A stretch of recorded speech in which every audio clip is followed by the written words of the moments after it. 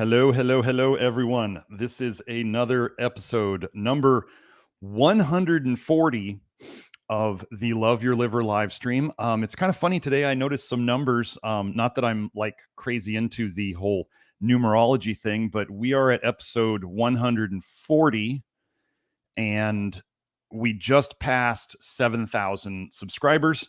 So kind of cool, bunch of 7 type numbers, whatever. If it's supposed to happen, it happens. So anyway, for those of you who don't know, I am Dr. Garrett Smith, also known as the nutrition detective around these here YouTube parts. And we go over a lot of stuff related to health and what I call toxic bile theory and the root causes of your chronic diseases and how they all relate to various toxicities and deficiencies and how your toxic bile is leaking into your bloodstream, and that is what is causing you to suffer. And no one else talks about this, and that's why so many people don't get results. Or what a lot of people do is they suppress their problems with either natural or conventional pharmaceutical things, and then they wonder why either the problem comes back or the problem eventually gets worse or new problems show up, because nothing about, even with a lot of alternative medicine, people don't realize they're actually just suppressing the problem. So we're going to go in. One of my favorite supplements is Lactoferrin. We're going to go over what it is. We're going to go over how it connects to toxic bile theory. We're going to go over how it connects to the top 10 causes of death in the United States, as recorded in, I think it was 2020, maybe 2021. We'll see that link when we get there. And then kind of like the magnesium show, and we'll talk about, for those of you who have questions about how to use it, how to go about it first.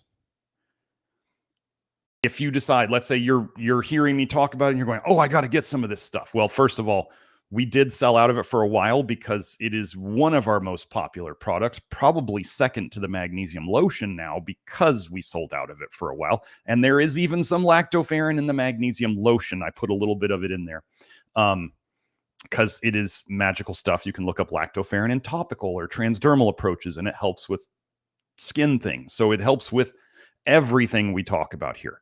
But yeah, we have it back now. We have plenty of it. We're already ordering more from France. If you didn't know about the stuff we sell, it's on the website. Joe, if you want to put the link up here, we get our lactoferrin. How do we do things differently? We get our lactoferrin from France. It is from, we carefully use our wording here. It is from fresh milk, as in the milk is not cooked, because cooking lactoferrin damages it. It denatures the protein. It changes the protein into something that it wasn't like to begin with. So we get fresh milk. We're not going to use that word that rhymes with gnaw or caw. You know, we don't use that word because it just doesn't help with the FDA in this country, because they don't like that word when you talk about milk. It is from cow's milk.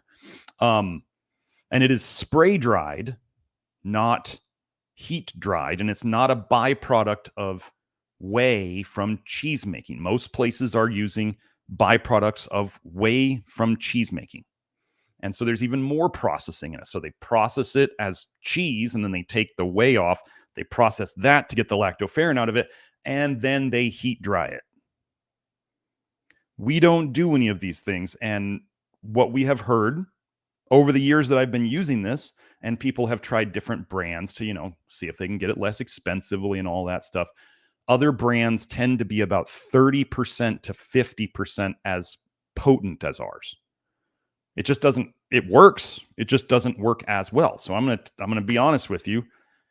I spent a lot of time figuring out which one to buy, and getting it from France is a pain in the butt, but it's worth it. And you'll see in these disease studies and how it connects to toxic bile theory why it's worth getting good stuff. So let's head into it. Let me find my first link. Okay, here we go. So we're going to go over just some basics on what lactoferrin is. And let me pull up my chat. There it is. So here's this first link. So first, we're just going to go over what lactoferrin is. Now, lactoferrin, let me just read this, and then I'll go over some more details. Lactoferrin, existing widely in human and mammalian, as in mammals, milk, it's in many more fluids than that. It's not just a milk protein. Is a multifunctional glycoprotein with many functions such as immune regulation, anti-inflammation, antibacterial, antiviral, and antioxidant. These extensive functions largely attribute to its ability to chelate iron, grab onto iron, claw it, and interfere with the cellular receptors of pathogenic microorganisms and their hosts. Moreover, it is non-toxic and has good compatibility with other supplements. Thus, lactoferrin has been widely used in food nutrition, drug carriers, biotechnology, and feed development. Although lactoferrin has been continuously explored and studied. Oh yeah, sorry, Joe wants me to narrow the screen. Let me do this. Sorry, I could have kept reading and done this, but I have a one-track mind, and so if I need to do something, I'm just going to do it. Why is this not grabbing onto the corner? Oh, whatever. Okay. Although it's been continuously explored and studied, a more comprehensive and systematic compendium is still required.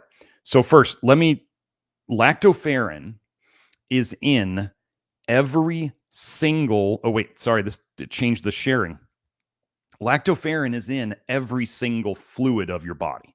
It's in your blood, it's in your urine, it's in your tears, it's in your sweat, it's in semen, it's in every fluid in your body. Kind of probably important, right? Let me just cover a couple of things in here. So one of the things, a funny trend that came about for a while was camel milk. Anybody remember the camel milk fad? Do you know why camel milk and colostrum? You remember the colostrum fad? These things have been around a while. What do I believe is the main beneficial thing that's in these things?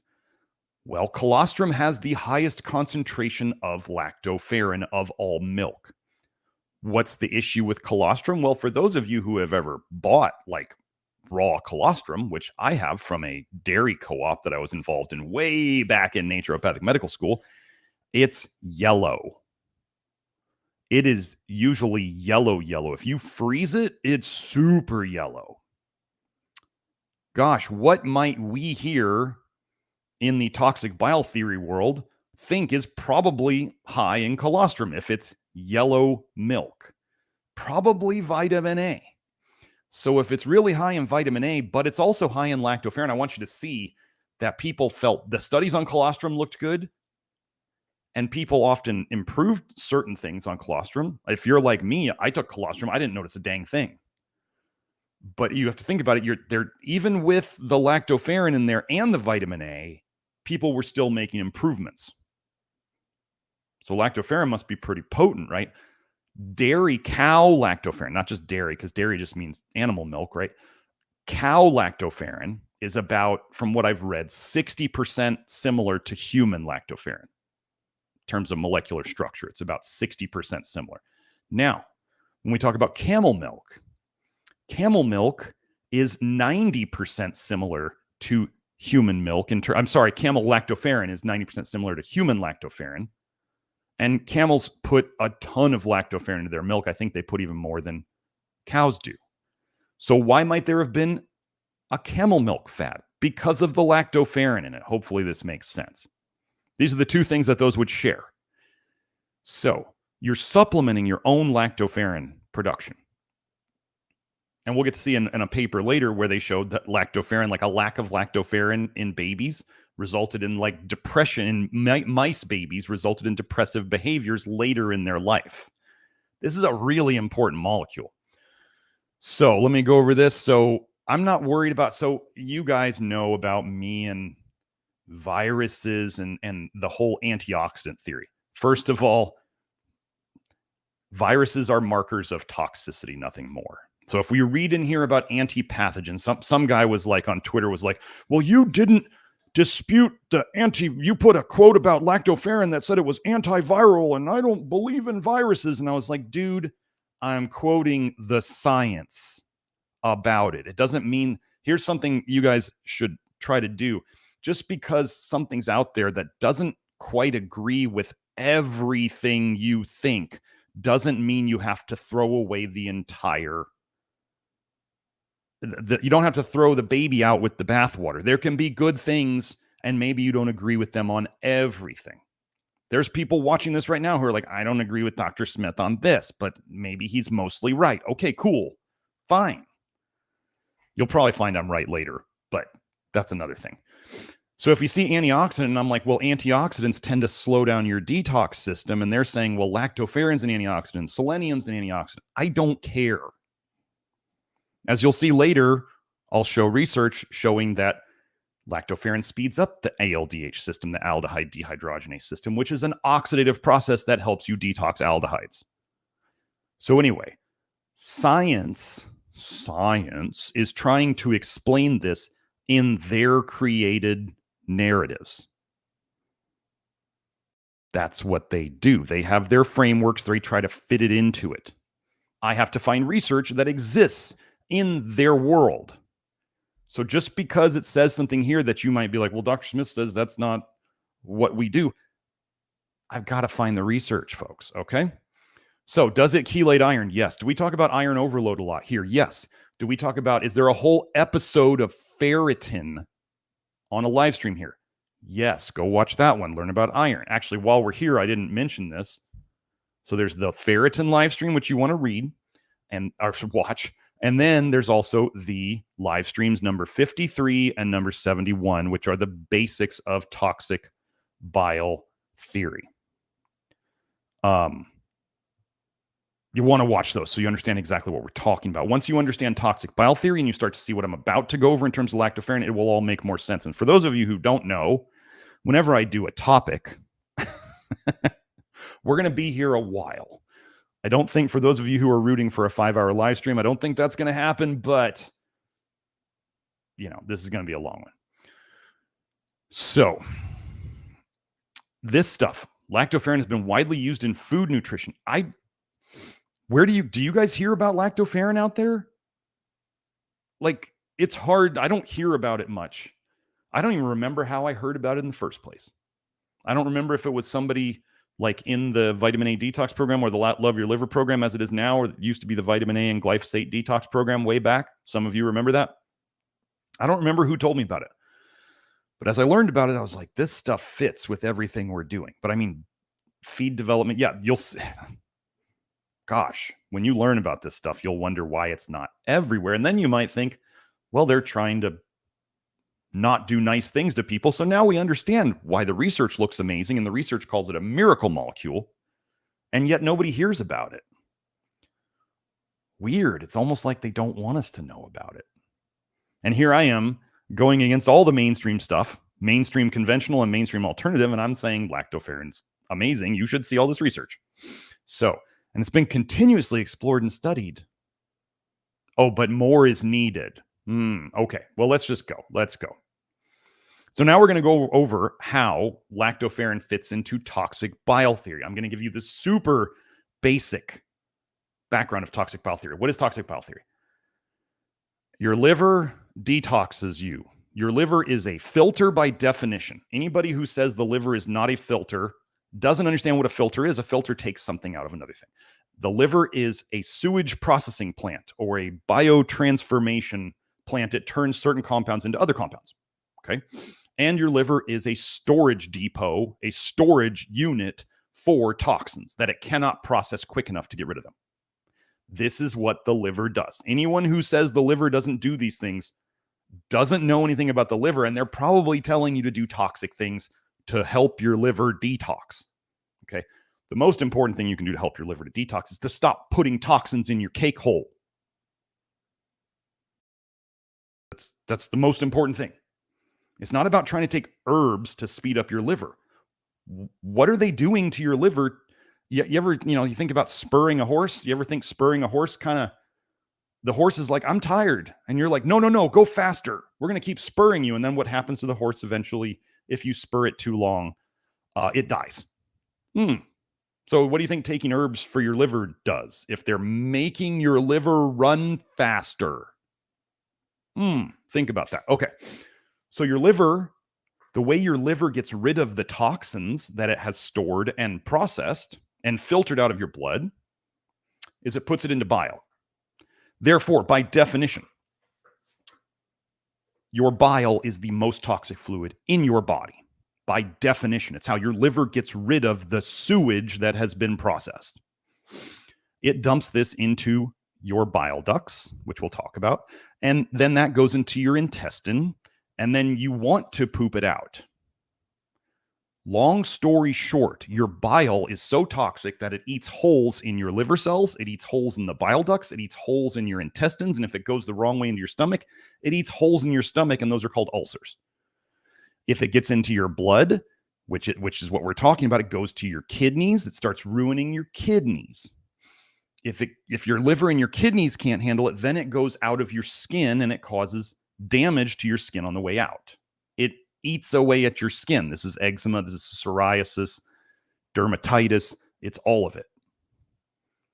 That's your chronic disease. If it goes to your brain, depression, anxiety, all sorts of mental issues. So if we had something that in the research was shown to fix these things, that would be kind of important, wouldn't it? Makes sense? Might also be suppressed. So let's get into that now. Let me find, here we go. Let me try to remember to get the links early for Joe. Joe gets nervous if I don't put the links up early enough. Okay. So again, we're still kind of going over the basics, but role of lactoferrin and its receptors on biliary epithelium. Biliary, related to bile ducts. One of the biggest bases of toxic bile theory is that people will leak bile out of their bile ducts, which carry the bile. They're the very first thing other than the liver exposed to the bile. So the bile is like the freshest toxicity that it has, burns holes in your bile ducts. Epithelium is like the layer on the inside. So think of it as the layer on the most inside of the bile duct tubes. It's the lining, if you will. Okay, it's also on the outside of the bile duct tubes, but just think of epithelium as on the outside of any tissue. But if the inside of that tissue has a hole, it's going to be on the inside too. Does that make sense? So there's like an inside and an outside of a pipe. So let's go. Let's just read this. Human lactoferrin is an iron-binding glycoprotein present at high concentrations in breast milk and colostrum. It is produced by many exocrine glands. That means glands that push out stuff generally. And widely distributed in a variety of body fluids, like I said. This protein has antimicrobial, immunomodulatory, so it modulates, controls the immune system, antioxidant and anti-cancer properties. Cancer's toxicity, if you didn't remember. Two important human, lactoferrin, LF, receptors have been identified. LDL receptor-related protein. LDL, the bad cholesterol. A low specificity receptor, and interleukin-1, a high specificity receptor. So, before I go into this part, cholangiocytes are bile duct cells. Okay? Bile duct cells. Now, if you wanted to repair holes in the bile ducts, you're missing parts of your bile ducts. What would fill in the holes? New bile duct cells. Also, when the body likes to fix things, it doesn't like to repair old, damaged stuff. It likes to make new stuff and fill it in. The body doesn't like to fix broken things like by fixing the broken part itself. It makes new stuff and it fills in the old broken part. Hopefully that makes sense. Yes, the body will fix a broken arm, but it's fixing it by making new tissue, not necessarily repairing the broken cells. It eats those up and gets rid of them. Okay?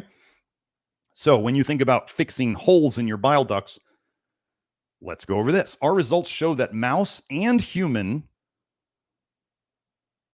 cholangiocytes express LF, lactoferrin, LRP1, and ITLN1 at a higher extent in cholangiocytes from bile duct ligation. They gave these animals cholestasis, And primary biliary cirrhosis, this is the liver is basically turning into a raisin.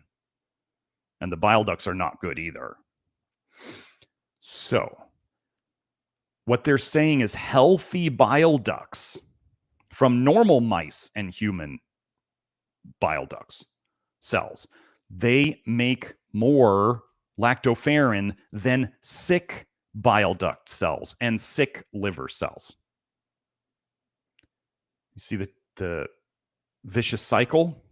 You start damaging your liver. You start damaging your bile ducts. Lactoferrin is going to be what repairs the holes. But your liver and your bile ducts make less lactoferrin. Your liver's getting more toxic. The toxic bile makes more damage. The damaged liver cells and bile ducts can't make as many new bile duct cells to fix it. Do you see how this just goes? This is why the very first thing you must do is reduce the toxic load coming in. Don't try to make everything run faster. So, furthermore, the in vitro, so this is in a petri dish, addition of bovine lactoferrin, cow lactoferrin from milk, has a proliferative effect. It means it makes it reproduce more quickly, make more stuff, proliferate, right? Proliferative effect on human, so cow lactoferrin has a proliferative effect on a human bile duct cell line. The results support a proliferative role of human lactoferrin on the biliary epithelium. Okay, that's what we're talking about. This proliferative effect of human lactoferrin and bovine lactoferrin on cholangiocytes, bile duct cells, could be particularly relevant in human cholangiopathies. This is diseases of the bile ducts, such as primary biliary cirrhosis, characterized by cholangiocyte death and ductopenia. Penia is not enough or a reduction of. Like sarcopenia is like wasting away of muscle. Ductopenia, a wasting away of bile ducts. So, if you can make more bile duct cells, cholangiocytes, with lactoferrin, you could fix replacing the dead cells and the missing cells. Does that make sense? So let's keep going. I need to make this one bigger. I know that. One of the things we talk about here, link,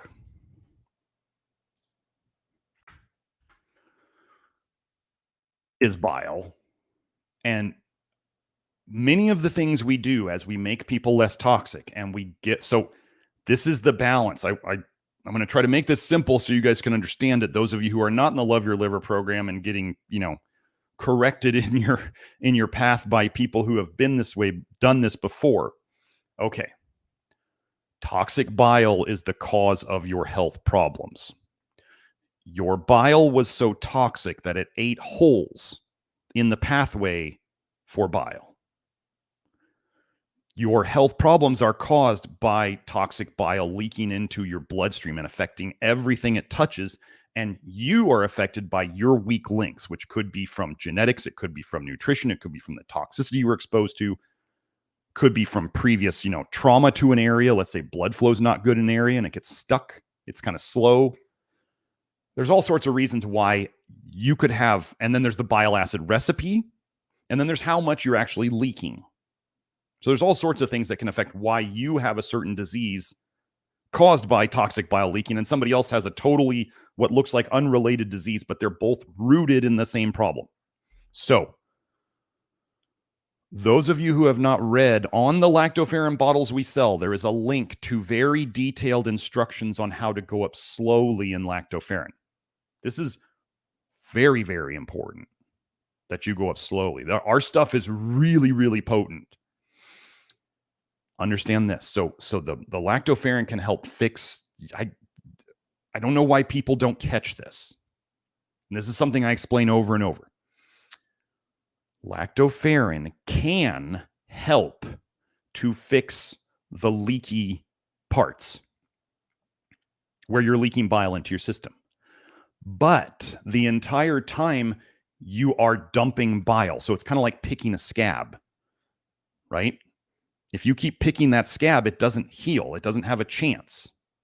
You're constantly dumping bile every time you eat. So you're re-picking the scab in a certain way. You can't get away from that. Now, your bile is not going to be not toxic overnight. I mean, bile is always going to have a toxic nature to it, but we make it less toxic over time. So that bile, if you, let's say you started making more bile all of a sudden, which is something that lactoferrin does, I'm about to show you the research. Lactoferrin increases your bile production. Lactoferrin can help fix the damage that the bile causes. Lactoferrin also makes more bile. You see how these could like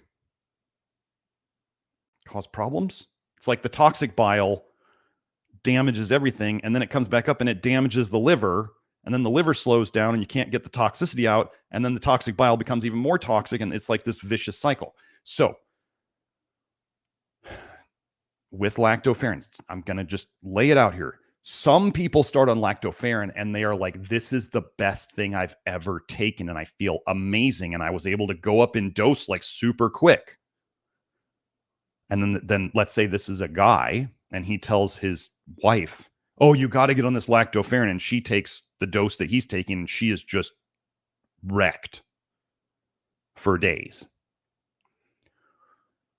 Think about the effect. Let's say lactoferrin in that guy, he mainly got the repair effect and not so much of the bile dumping effect. Whereas let's say his partner, his spouse, got a huge bile dump increase, and maybe she's more toxic, because I think women tend to be a bit more toxic. They just store it more in fat and they're just slower at getting rid of it. They don't make as much bile to get rid of it. It's just, ladies, it is what it is. Yes, biological sex is a thing and there's differences between the sexes. So different people can get different effects.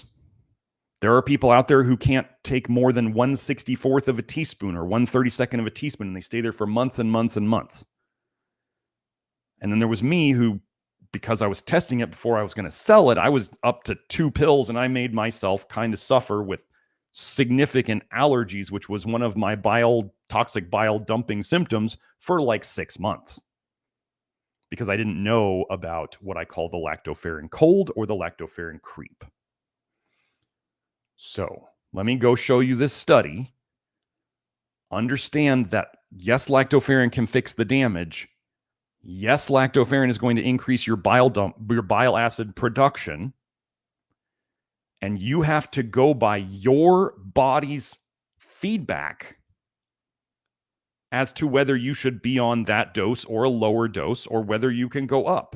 And if you don't listen to your body, like I talk about in the detailed instructions that are linked on the product page and on the bottle, and anybody who comes back and they're like, I didn't see these instructions, I can't put them anywhere else. I can't make it any more obvious other than putting it on the label of the bottle and putting it on the product page. Okay? This is our stuff. But let me get into the bile acid production. I may save a little time here, but lactoferrin promotes bile acid metabolism and reduces hepatic, that's liver, cholesterol deposition by inhibiting the FXR receptor, the FXR mediated entero, that's gut to liver hepatic axis.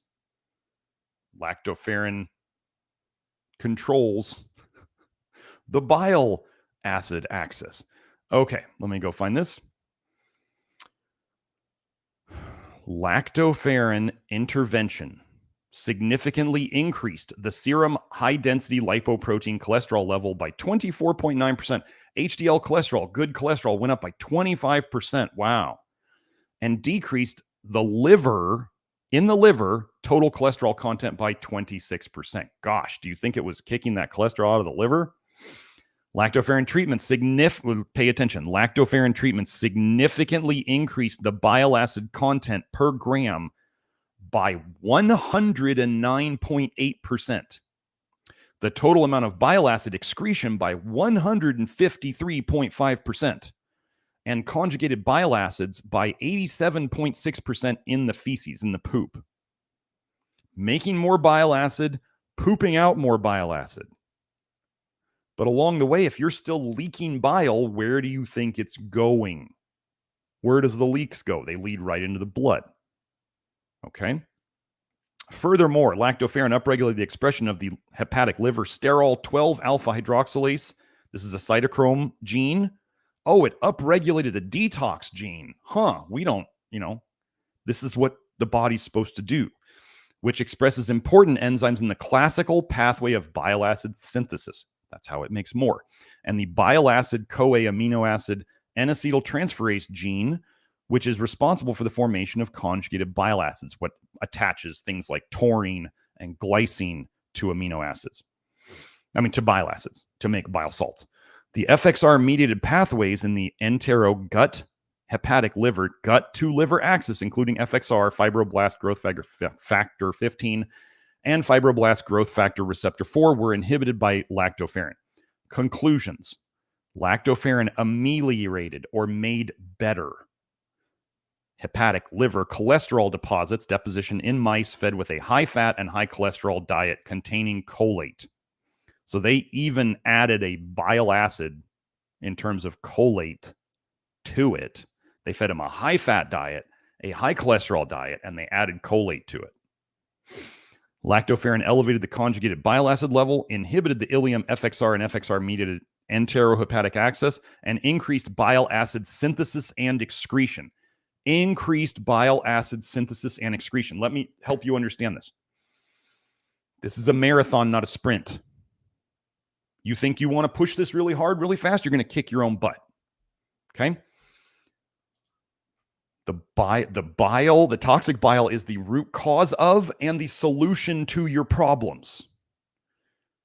As you fix the holes, the leaky holes, as you get your bile less toxic, that's why less toxins in is the most important first step. As your body is able to repair those leaks, and as your liver gets healthier, you will make more bile. If you make more bile, think of it as a leaky faucet. Like, let's say the handle on your faucet is leaking. Every time you turn on the faucet, the handle is leaking water into the top of the sink.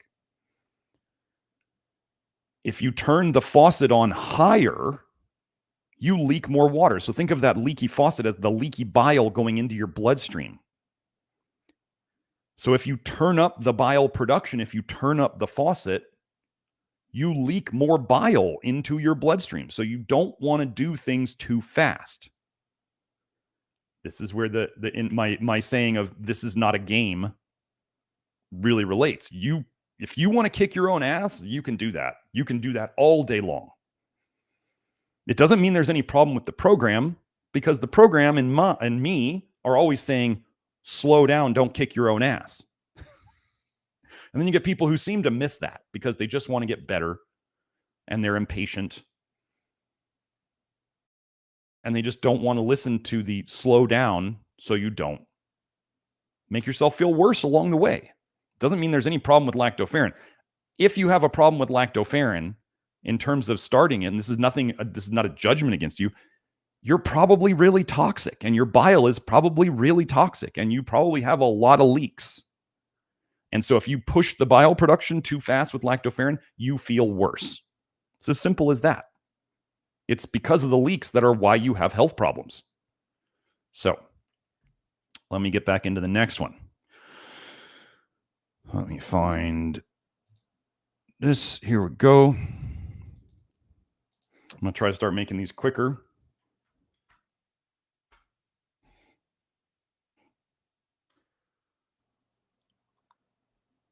Role of lactoferrin in the treatment of bile duct ligation. They gave these rats cholestasis. They tied up their bile ducts. So their bile had nowhere to go. It's going to blow holes in the system. Just like if you plug up a pipe system, the pressure is going to back up. It's going to blow holes eventually. Bile duct ligation induced hepatic liver fibrosis in rats. Impact on inflammation and TGF beta 1, SMAD2, alpha SMA signaling pathway. I'm not going to read all that again. Let's just go down here and get the summary.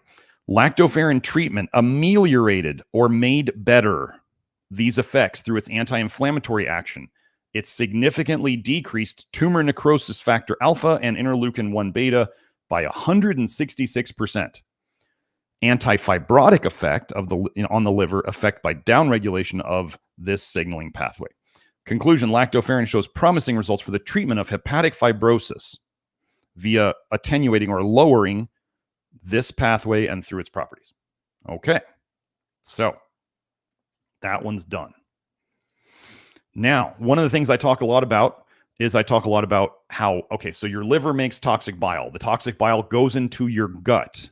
Actually, you know what? I forgot to do one thing. I'm going to show you guys. Hold on, Joe. You don't need to show my screen yet. Let's do...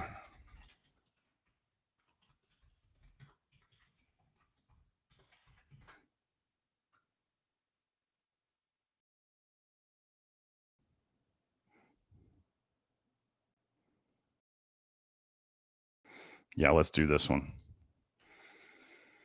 Okay, Joe, you can show this one. So I wanted to go over, so one of the ways that you leak toxic bile, one of the major ways, everybody hears about leaky gut. Everybody makes up all sorts of things that they think cause leaky gut. What causes leaky gut? Your toxic bile causes leaky gut. It eats holes in your gut. I've shown research here showing that leaky gut is modulated or controlled by your bile. Okay. So I wanted to read this. Let me highlight it first. Oh, share the tab. There we go. I can do that. Did I post the link? I didn't. Let's do that. Do it. Okay. We're about to go over probiotics and your gut microbiome. Lactoferrin promotes the growth of selected probiotic strains. What do you think it helps, the good ones or the bad ones? I'm going to take a guess. It's the good ones. Let's do this. The effect of lactoferrin on the growth and diversification of intestinal microbiota. That's your good bacteria in your gut. Well, it's the bacteria in your gut, just general.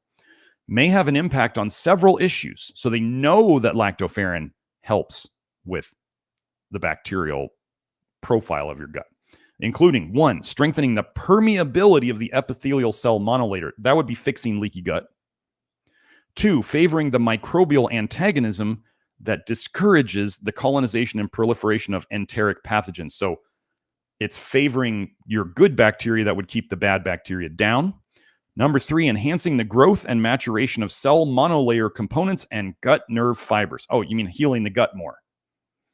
And 4, providing signals to balance the anti- and pro-inflammatory responses, resulting in gut homeostasis.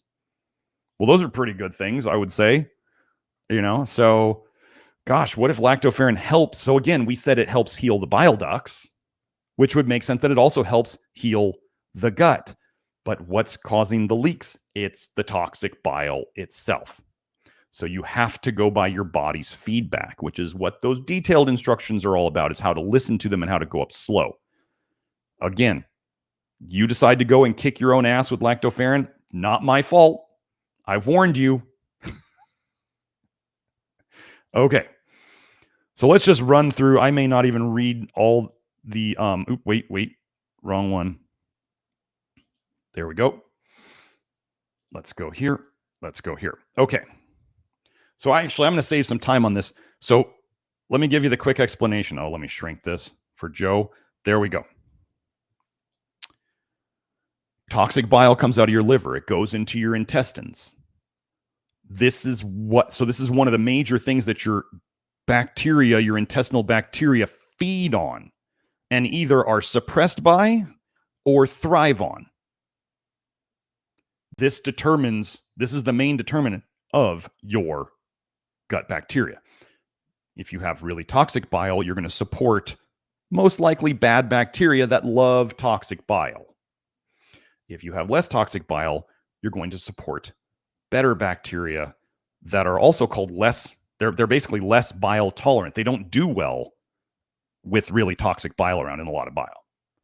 So I'm going to go through these mainly through the title, because this is going to be so long today if I don't do this.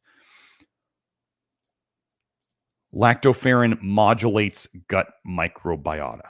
Lactoferrin controls the gut microbiome. In mice with dysbiosis, a messed up gut biome induced by antibiotics. Oh, so lactoferrin helps fix the damage caused by antibiotics. Let me see what else I marked in here, if I did anything. Nope, we're just going to go by the title on that one. Did I post that one? 3145. No, let me post that one. There we go. Oops, I didn't want that up. There we go. And sure. Okay. Now, let me find the next one. Yeah, I'm just going to hit the titles of these. You guys can look them up if you want. Lactoferrin alleviates inflammation, reduces inflammation, and regulates gut microbiota composition in H5N1 infected mice. Modulates. Modulates, regulates. There it is. Keep seeing these words. Modulates, regulates. I think, let me see if I marked anything in here. I don't think I did. Nope. Here we are on the next one. The impact of lactoferrin on the growth of intestinal inhabitant bacteria. When you see all the diseases that I go over that lactoferrin has shown benefit, and you'll understand that lactoferrin, anything you see about here, you're like, well, did it do something good or something bad? I'm going to tell you that modern medicine knows basically jack squat about the gut microbiome. They think they know stuff, but they don't really. The fact that they don't even talk about how bile affects it means they don't really know anything about it. So, by using lactoferrin as a component in pharmacological products, they're going to try to turn it into a pharmaceutical. We may enable novel strategies or new strategies that promote probiotic growth and conferring antimicrobial activity against multi-drug resistant microorganisms that cause life-threatening diseases, especially in newborns. Newborns are being born toxic. That's their problem. Lactoferrin is helping with the damage from the toxicity, so you're not leaking the toxicity into your bloodstream. That's how it works. They'll make up all these pathogen things and autoimmunity, and it's just jaundice. It's stuff leaking into your bloodstream. Yeah, I remember why I don't have these marked, because I didn't. These were some of the first things I pulled up, and I just didn't mark them. Let's do this one. Lactoferrin, a glycoprotein that plays an active role in human health.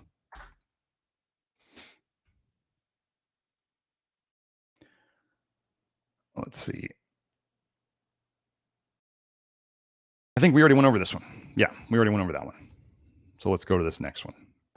Wait. Oh, I closed the one with the share tab. Sorry, let me get that back. Can't do that. Okay, there we go. Sorry about that, Joe. Effect of lactoferrin on intestinal flora, the microbiome of metabolic disorder mice. Well, that seems kind of important. They're already metabolically disordered. They have toxic bile already, or they're just not good at getting rid of it from birth because they were bred that way. Let me see.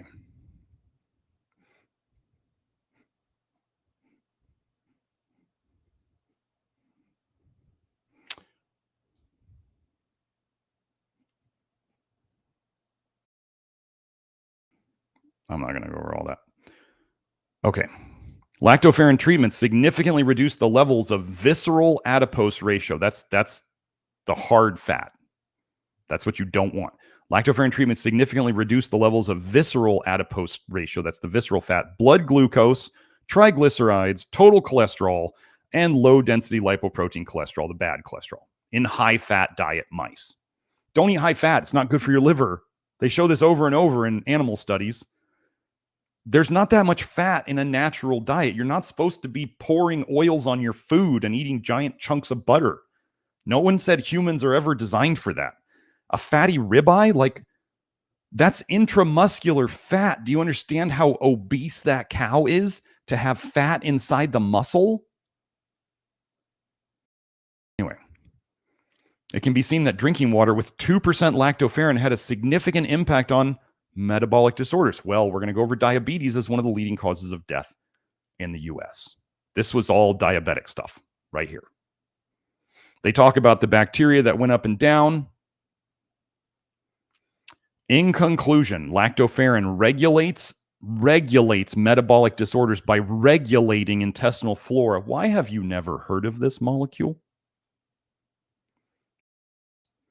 Okay, let's go into the next one. But sorry, I forgot to tell you about, so your liver makes the bile. It makes primary bile acids. These bile acids go down into your gut. The gut bacteria, if they're the wrong gut bacteria, the bile is too toxic, they turn it into what are called secondary bile acids. Secondary bile acids are the most toxic bile acids. You reabsorb on a standard American diet, they say you reabsorb 95% of those bile acids and they go right back to your liver. So your gut biome has just made your bile even more toxic than it started. And now it sends 95% of it back up to your liver to then damage your liver. It slows down your liver's ability to detox. Your liver doesn't make bile as well. So your liver starts accumulating, and your body fat starts accumulating more and more toxins that you can't get rid of. Your bile becomes more toxic. It then makes your gut microbiome more toxic, which then makes the bile more toxic. And then you have this toxic loop. You don't want to try to speed up the loop. We just saw that sick livers had less lactoferrin. So can we support lactoferrin in the body? Sure. We're supporting something it wants to make anyway. But again, you can't do it too much too fast. So let's go into, so one of the things we talk about too is we talk about aldehyde dehydrogenase. So basically, generally things that increase, this is going to be one of the connections. People are out there going, sometimes they go, well, how does ALDH and bile connect? Where's the research showing that as ALDH speeds up, or as ALDH returns more towards its normal speed, that bile production goes up? I'm about to show you an example of how I connect these things in the research, and I've done this with multiple things, like quercetin, not something good, slows down ALDH, and quercetin reduces bile production. You got to look at two separate studies to put that together, but once you start to see the patterns, which is what I do, it starts to become very obvious. So remember, we already went over lactoferrin increases bile production. Okay? Daily dose of bovine lactoferrin prevents ethanol-induced, alcohol-induced liver injury and death in male mice by regulating hepatic alcohol metabolism. What do you think that is? And modulating gut microbiota. There it is again. Lactoferrin can remarkably decrease alcohol-induced mortality. Lactoferrin promotes aldehyde dehydrogenase 2, ALDH2 expression, and suppressing cytochrome P452E1 overexpression. Remember, things could go too high or too low. This is why we don't use herbs or genetically modified bacteria to try to speed up ALDH. For all of those of you out there who think you found something special, you didn't. Do not try to force your ALDH faster. Force, I said, with herbs or genetically modified ALDH producing bacteria. Don't do it. Results, so they got this to not overexpress, resulting in the reduced hepatic liver superoxide inflammation levels, which ultimately leads to the liver injury, hepatic injury alleviation. So they're reducing the inflammation, promoting the detox, which leads to less injury of the liver. Okay. However, human lactoferrin increases acetyl-CoA carboxylase and fatty acid synthase protein levels, which suggests that excessive intake may weaken the beneficial effects of lactoferrin. Now, I don't know how much I believe that, but we did find, for those of you who are taking the Nutrition Detective lactoferrin, based on the calculations we did, we found that at the peak of lactoferrin delivery to a newborn via breast milk, the best numbers we could come up with from like how much lactoferrin was in human milk and how much breast milk a baby would consume in a day at that age, we saw that the maximum intake based on, these rough calculations that we could do, was about 1,000 milligrams of lactoferrin. Okay. What we found with people, anecdotally, is it seems that the most benefit comes from maximum of two of our lactoferrin pills a day. Maximum of 2. You can go over that, but because I'm an honest person and I'm not just trying to sell you more lactoferrin than you need, I'm going to say you don't need to go over that. A less honest person might tell you to take as much of it as you can afford. I'm not going to do that. I'm not some crappy biohacker who lies to people. There's always a point of diminishing returns. What we found with our lactoferrin is 2 pills a day. Now, if you're taking other brands that are 30 to 50% as potent as ours, based on people's feedback who have taken both types, you could take more. But that's up to you. So, moreover, L-lactoferrin, what is L-lactoferrin? Low dose. Moreover, low-dose lactoferrin increases the relative abundances of Akkermansia and lactobacillus. Additionally, the study shows that lactoferrin likely exerts action in its digestive product forms rather than intact lactoferrin molecular in normal condition.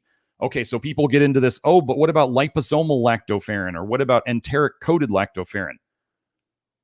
The study shows that lactoferrin likely exerts its actions in its digested forms rather than the intact molecule. Low-dose lactoferrin can ameliorate acute liver injury, which is associated with the regulation of hepatic liver alcohol metabolism and the modulation of the gut microbiota.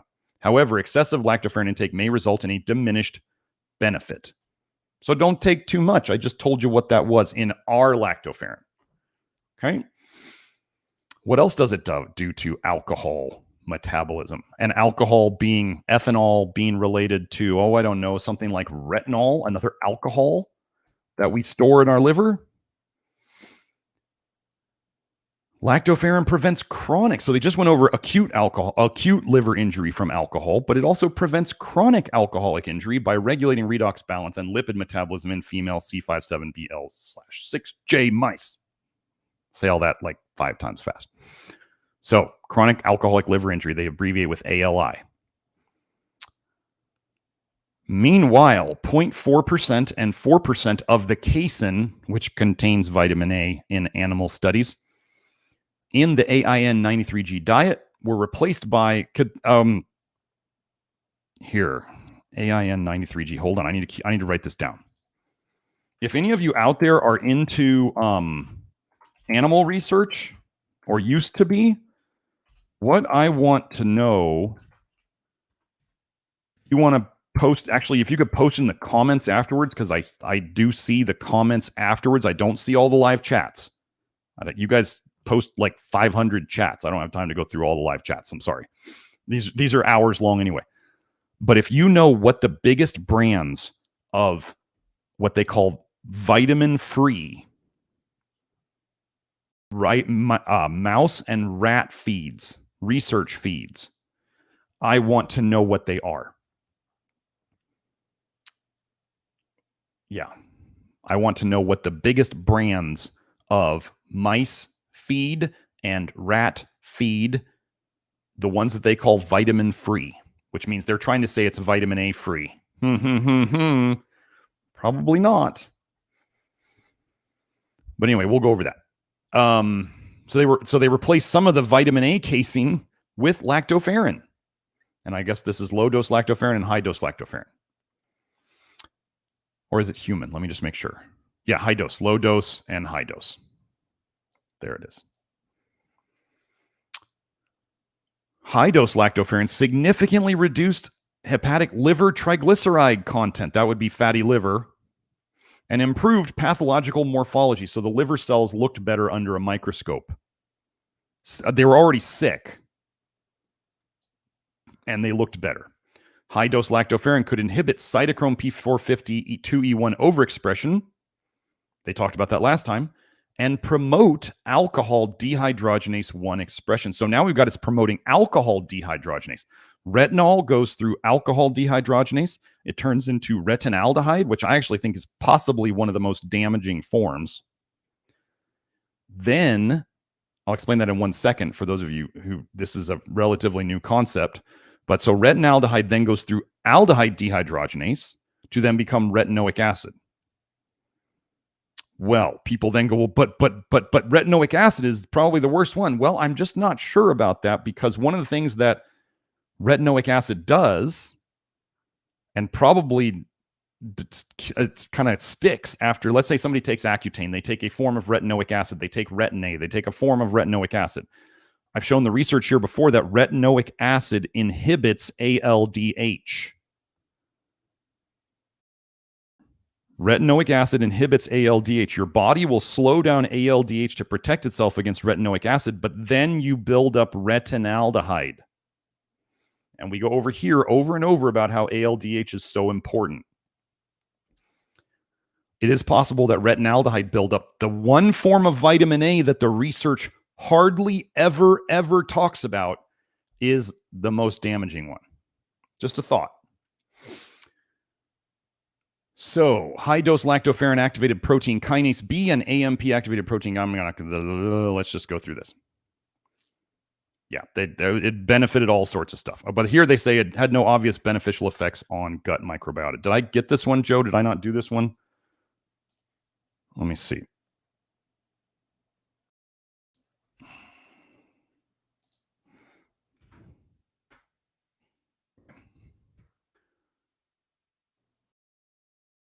LF, lactoferrin, could alleviate chronic alcoholic liver injury in female mice. Okay, so let's keep going. So we're preventing alcohol damage. Now let's get into the copper and zinc stuff. We talk a lot here about copper being a toxic metal. It doesn't matter whether it's bioavailable or not. And ceruloplasmin in your body makes not to deliver copper to areas because it's needed. Ceruloplasmin in your body makes to protect you against copper. It can't stay in the liver, but your body makes binding proteins. And that's why when ceruloplasmin goes up in states of inflammation, it's to protect you against the free copper. It's not to make it bioavailable. So this is some more theoretical stuff. Let me see, is this the right one? Yeah. Unfolding of iron and copper complexes. Lactoferrin can complex with copper? Of human lactoferrin and transferrin. Well, let's go just the word lacto. Lacto is related to milk. Ferrin is related to iron. Okay, so they named it after a protein that is found in the highest abundance in milk, human or bovine or camel or whatever, and it's related to iron. Okay, human lactoferrin and transferrin are capable of binding to iron or copper ions into specific binding sites in the presence of bicarbonate. Do you have bicarbonate floating around your blood? Yes, you do. Sometimes you'll see it on your blood test. It'll say bicarbonate. So anyway, that's just an interesting note that lactoferrin, they named it after iron, but it actually binds copper. And then when you see, so when we talk here about copper toxicity causing lots of diseases, and then you see that, and we talk about iron overload being related to lots of diseases, that lactoferrin can bind to iron or copper to make them less toxic. It's not delivering them anywhere. It's protecting you from them. Does this all make sense? Now let's go into this one. Lactoferrin. The lactoferrin phenomenon, a miracle molecule. Wow. If researchers call something a miracle, that might mean it's pretty good, right?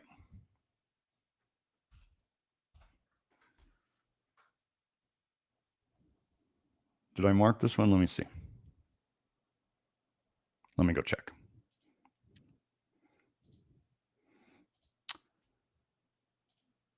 There is a high probability that lactoferrin can also bind copper, zinc, and manganese ions. Manganese is, if you haven't looked at the research on manganese causing neurological disorders, and copper. Basically, any neurological disease you look up, copper and manganese are high in it. Oh, and we showed that zinc is low. So am I worried about zinc? No, I'm not worried. Okay, so zinc showed up here. I'm not worried about it. Almost everybody's zinc deficient. So yeah, you need more of that and you need less of these. In addition, as a result of the chelation process, which reduces the iron overload caused by the accumulation of iron in many organs, leading to free radical generation and dysfunction, the availability of iron to pathogens that need it for their growth is reduced. So lactoferrin can bind to things and hold them so that they don't change the terrain. It changes the terrain by grabbing onto things. So, oh wait, here's a funny little thing. Let's just add this on here. Lactoferrin also has the ability to modulate lipid metabolism, which translates not only into better regulation of satiety mechanisms, which means you feel full better or more accurately, but also helps to fight the tendency to adipose tissue accumulation. Helps to reduce people getting chonky. Okay? Wow, what does this not do? Let's go to the next one.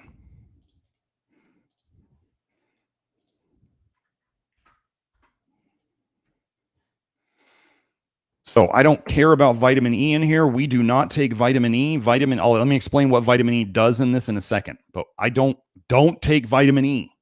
Don't. It's another alcohol, tocopherol, tocotrienol. Don't take it. It comes from red palm oil, one of the highest vitamin A sources out there. And vitamin E, the reason you might see vitamin E benefits in the research is because I have the research in the Love Your Liver program. Vitamin E can increase the shoving or storage of vitamin A in the liver by up to 20 times in animal studies. 20 times more vitamin A getting shoved into the liver because vitamin E is there. That's how it, if you don't understand this, a lot of supplements out there can reduce. Yeah, we can't avoid, okay, Yakzan, we can't avoid all the toxins in food. I'm just going to state this for everybody out there. You cannot avoid vitamin A completely. You cannot avoid vitamin E completely, but do not take it as a supplement and do not try to eat foods that are high in it. That's as simple as that. You can't make it zero, and we want to avoid it. But not avoid it, but you can't make it zero. So don't eat foods that are like bragging about, oh, it's super high in vitamin A. Okay. Did I do this link? So if, let's say, acne was related to too much vitamin A in your bloodstream going out your skin, does it make sense that if I tell you that vitamin E can shove it into your liver, that it could look like it helped the symptom of acne? Oh, let me do this. Did the highlighting just disappear? I bet it did. Where'd it go? Come on. Oh, this thing.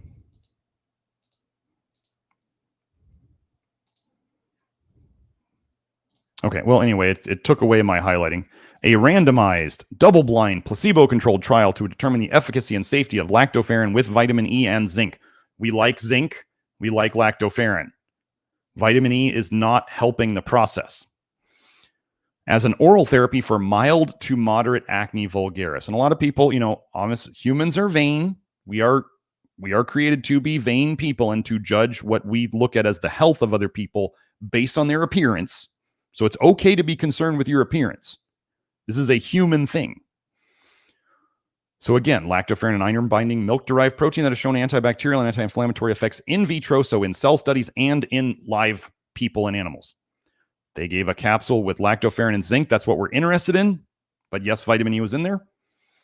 The lactoferrin group showed a significant median % reduction in total lesions as early as 2 weeks, with the maximum reduction occurring at week 10. Takes a while to fix the bile ducts, folks.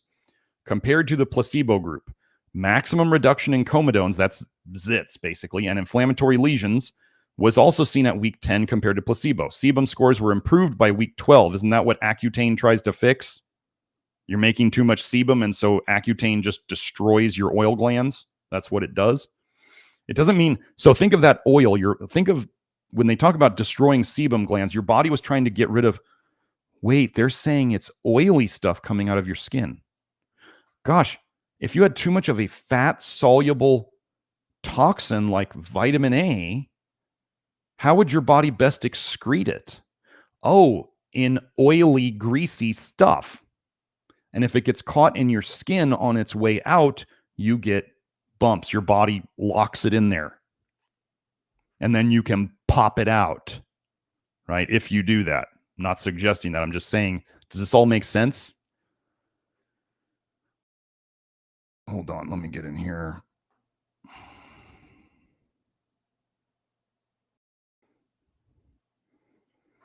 Patricia asked, if you have low ferritin, does that mean lactoferrin is contraindicated? No, it does not. Lactoferrin regulates iron in the body, helps fix dysregulation of iron, which means high iron or low iron. So no adverse effects were observed during the trial. I don't know I don't know what their observed effects were or how strong their lactoferrin was, but if you have really toxic people, well, what they probably did was they probably separated out all the really sick people. They were probably getting like teenagers and college students with acne who were not really sick. Because, like I said, lactoferrin can kick your butt. A twice daily regimen of lactoferrin with vitamin E and zinc significantly reduced acne lesions in people with mild to moderate acne vulgaris. Okay. You're welcome, Patricia. So that's just some stuff about zinc. So we talk a lot about zinc. Zinc is good. I test, well, Nathan and I, and soon to be Hope and Kelsey, we test zinc in both hair and blood, and we test copper in both hair and blood because it's really, really, really important. Funny coincidence, lactoferrin and zinc work together well. We do that all the time.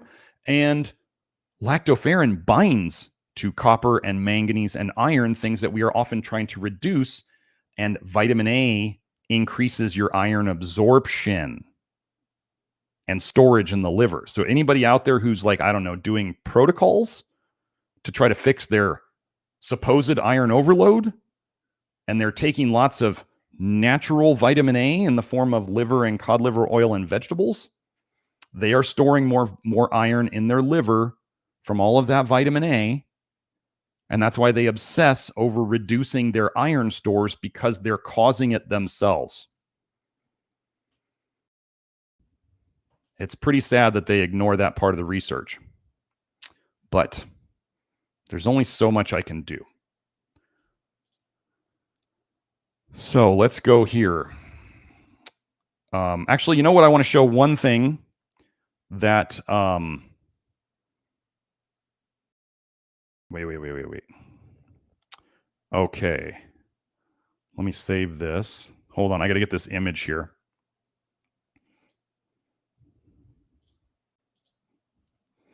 Okay, hold on. Joe, don't show my screen right now.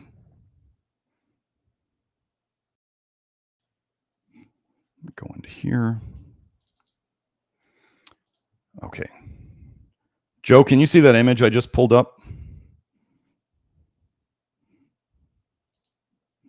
Let me do this. There it is. Okay, so I got it, Joe. Show this. Show what I just shared. Okay. So Kelsey, no, Joe, the molecule image. We got that up? I've got to see this. Is it not showing it? I don't see it on the screen. Can you see? Can somebody see this image? It's like purple. Share again. Okay. Let me go share it. Where'd it go? Oh, come on now. Hold on. Let me get this back. Let me stop sharing that. Let me go in here. Why can I not see this? There we go. Let me open this again. Let me go down here and share. And okay, try this one, Joe. There we go. Okay. So this is something Kelsey Kelsey Kenny brought up. This is the structure of lactoferrin. And there is nicotinic acid. Look down here. Let me look at this better on my screen. Oh, it's not showing me my, there we go. There's my, oh, hold on. I want to be able to see this myself. So, nicotinic acid down at the bottom, NiO, is part of the lactoferrin molecule. Nicotinic acid as in flush niacin. What goes on, you need nicotinic acid to make NAD to make ALDH run. You saw that lactoferrin helps ALDH run. I think that we may need, so it's possible that lactoferrin in a certain way is a source of nicotinic acid to the body because it comes with it. And it's also possible that getting your nicotinic acid flush niacin repleted helps your body to make lactoferrin. Okay, let me get that. Let me get the link for it so you guys can, if you want to go look here, we're looking at the structure of lactoferrin. Okay, let me pull up the YouTube chat and I'll just pop this link in there. There's that. Okay, so if you want to look up that link. But nicotinic acid, which we talk here, if nicotinic acid is extremely helpful in vitamin A detox, I mean, you need it. It is not, we do not call it vitamin B3 here. It is not a B vitamin. It is an amino acid. Most of the B vitamins are garbage antidotes at best. If you don't know who loves to study B vitamins and pump out research on it, it's Merck and the American Chemical Society. They love to give each other, you know, they love to just slobber all over each other. Aren't we so wonderful with our B vitamin science? Merck and the American Chemical Society. Do you want to know what I posted on Twitter about this the other day? Do you know things that Merck makes a lot of? You're going to love this. If you're into the alternative health world, if you're a conservative right winger and you think that you've outsmarted everybody with your ivermectin and all this stuff, Merck makes ivermectin, they make vitamin D3, and they make quercetin. You've been duped into buying a bunch of pharma cartel garbage. And they have just played the two sides against each other. They're playing you against each other, and guess who wins the whole time? The pharma cartel. Quercetin slows down ALDH. I got the research, which means it also slows down bile. Vitamin D slows down bile production. It is rat poison. And if you haven't watched the episode on here about ivermectin, boy, you should. That's with Kelsey Kenny too. So, okay, so let's go to the next. Joe, I'm going to close this, the lactoferrin window. And then we're going to go to the next window. Okay, so let me go and find, oh, wait, I probably got to share it again. Okay, so, oh, it took away my highlighting. Let me go share it again.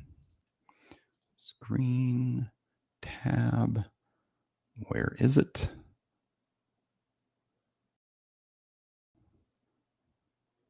Oh, come on now. I'm just going to put it on one. This is not the right one, Joe.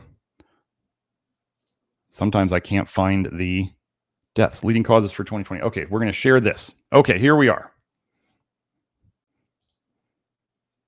Can you see it, Joe? I'll get this out of here. These are the top 10 leading causes of death in the country. Oh, geez. Let me find this now. Here it is. Let me find the link. This is just so much. This is all over the place today. Sorry about this. In the chat, so I can put the link there. Here we go. From the CDC. Top 10 leading causes of death. I'm not going to return to this I'm just showing you that this is the top 10 leading causes of death in the US in 2020. Now, if you see COOF, and they list COOF and influenza and colds, it's the same stuff if you didn't know. And what a cold or the flu or the COOF is in toxic bile theory is something triggers a massive bile dump. Something triggers a massive bile dump, prolonged, and you feel bad because not only were you leaking bile already and it was toxic already, but the actual increase in the amount of bile eats more holes, and then you're left with all this bile in your blood that then you have to clear out over the 2, 3, 5, 8, 10 days until you feel better. Now, if you had enough damage caused by all that excess dumping of toxic bile, you eat more holes and you leak more. And this is what they call the long COOF, is extra damage caused by your toxic bile from the flood of it. I've talked about the flood analogy before. So I'm not going to run through the order of these things. I'm just going to relate them as we go. So let's go. Heart disease was the number one cause of death. Here, let me drink some of my niacin flush.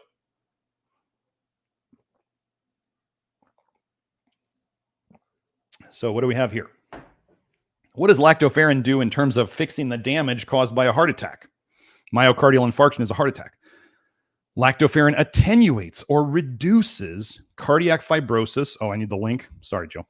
It attenuates or reduces cardiac fibrosis, which is scarring, and cardiac remodeling after myocardial infarction, heart attack, via inhibiting this signaling pathway.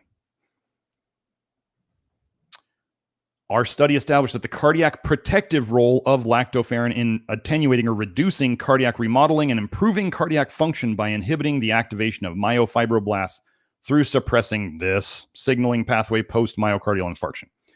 Treatment with lactoferrin may serve as a potential novel, as in new, therapeutic intervention in patients with myocardial infarction. So imagine what it would do beforehand. Okay, let's go to the next one. So that was heart disease. Let's go to cancer. Cancer was number 2. Let me get back up here to the top. Lactoferrin's anti-cancer properties. Safety. Hey, that's important, isn't it? First, do no harm. All of you practitioners out there, first, do no harm. Safety, selectivity, and wide range of action. Wow, that sounds pretty good. In this review, so they looked at a bunch of studies, we outlined the anti-cancer properties of lactoferrin, an iron-binding glycoprotein of the innate immune defense. So they're saying lactoferrin is part of your innate immune defense system. Think of your immune system as a cleanup crew, and you will get much further in understanding health than if you think of it as an army protecting you. Lactoferrin shows high bioavailability after oral administration. So you don't need liposomal lactoferrin. You don't need enteric-coated lactoferrin. Lactoferrin in breast milk is not liposomal, and it's not enteric-coated. Oh my gosh, what did your mother do wrong when she nursed you that she didn't make it liposomal or enteric-coated? That's the way nature intended it, okay?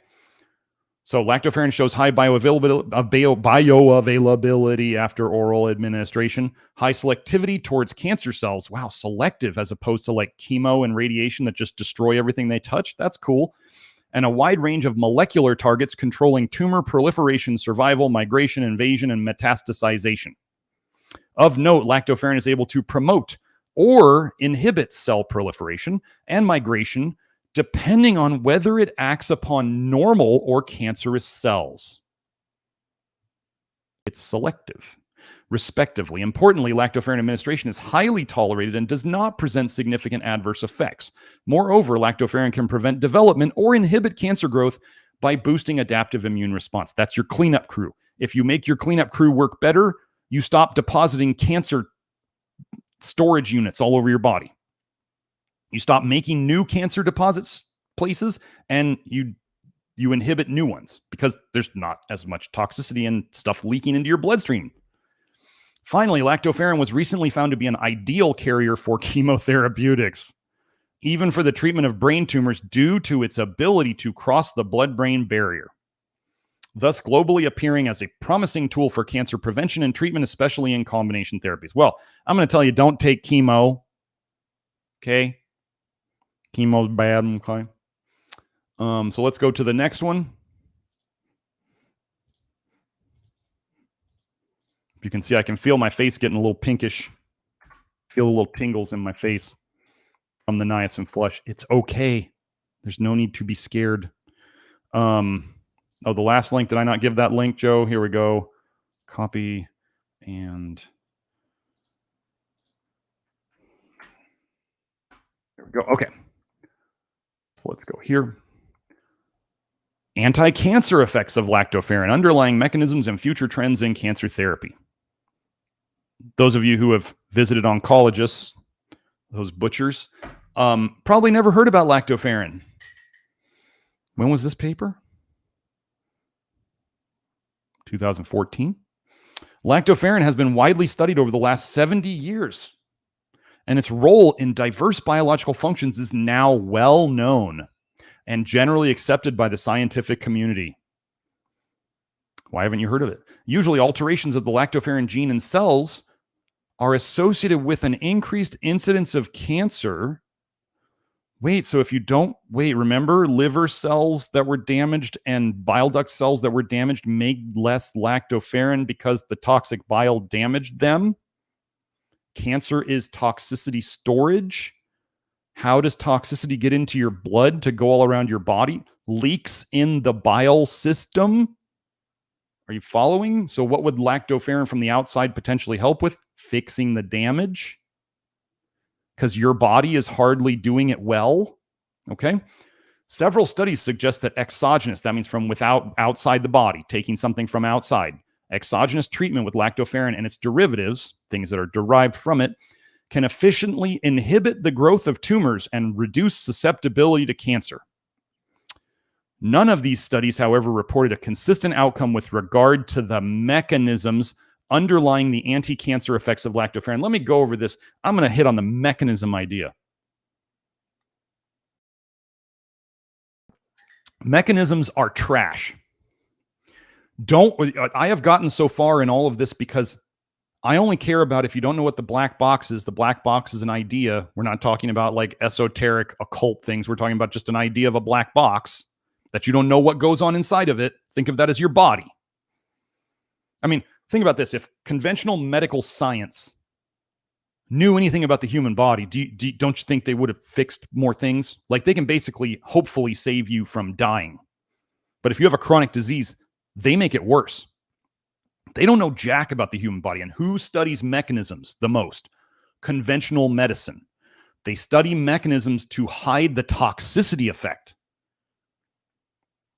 Some of them may realize they're doing it. Some of them may realize they're not doing it, but their mechanisms is like mental masturbation.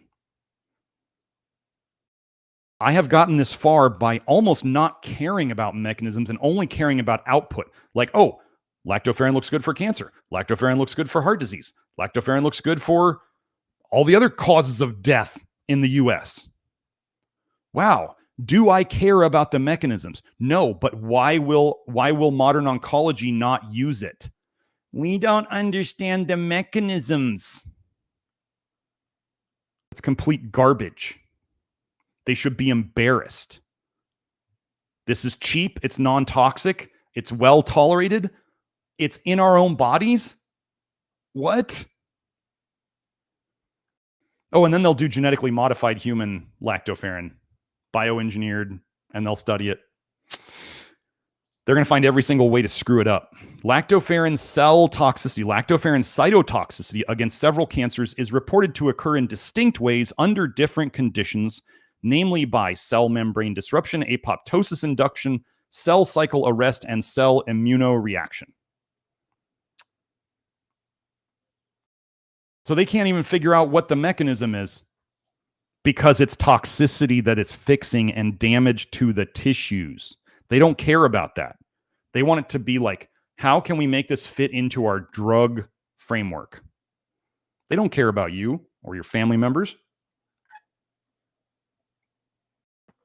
They care about patents and money. So, it helps with cancer too. That was number 2. Let's keep going. Yeah, I feel the flush going on right now. Here we go. Joe, did I give that link? Hope I did.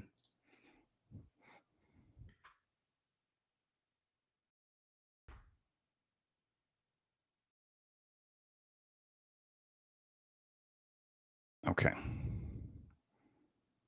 I'm just going to answer a super chat real quick. Jason, thank you for the super chat. He asked, thoughts on eating nitrate-rich foods like celery to boost nitric oxide, or even using a sodium nitrite lozenge. Do not do it. Drugs that boost nitric oxide cause liver injury all the time. I've shown research in the past that chronically boosting nitric oxide can help peripherally, but it damages the liver. So no, do not purposely try to boost nitric oxide. It will not. It may short-term help symptoms, which is what modern medicine does. They give poisons to relieve symptoms short-term while they cause long-term damage, especially to the liver. So no, do not purposely try to boost nitric oxide. I'm not that against celery. But like if you're eating like multiple stalks of celery every day to try to boost nitric oxide, you may cause yourself some problems. And definitely don't do beets, full of vitamin A and polyphenols. So, lactoferrin, the moonlighting. So which topic are we on now? Oh, we're on the COOF, okay? We're on the COOF things because supposedly that's the 3rd leading cause of death in the country in 2020. Where the flu disappeared and it got a new name, but we won't talk about all that. So, where's what I put on here? Viruses are, at best, markers of toxicity. If you want to say viruses don't exist, that's cool. I don't care. I'm not going to argue about it. None of the theories on viruses, other than viruses are an expression of toxicity in the body. That's all I care about. So whenever you see anything here on antiviral, if you see something that says it's antiviral, it means it's anti-toxicity. If you see something about a virus, that just means it's a form of toxicity. Okay? So if I read this, and you're like, Dr. Smith believes in viruses. No, I don't. But I'm going to show you that lactoferrin helps with what is called viruses. Okay.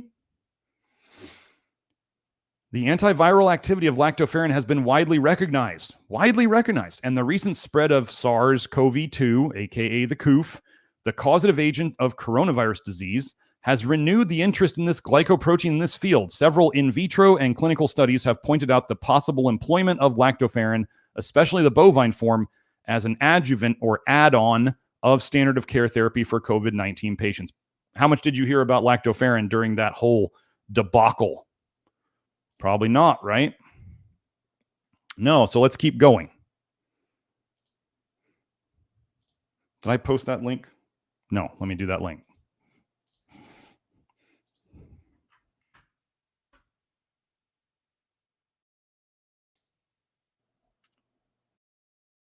Lactoferrin for the COOF prevention, treatment, and recovery.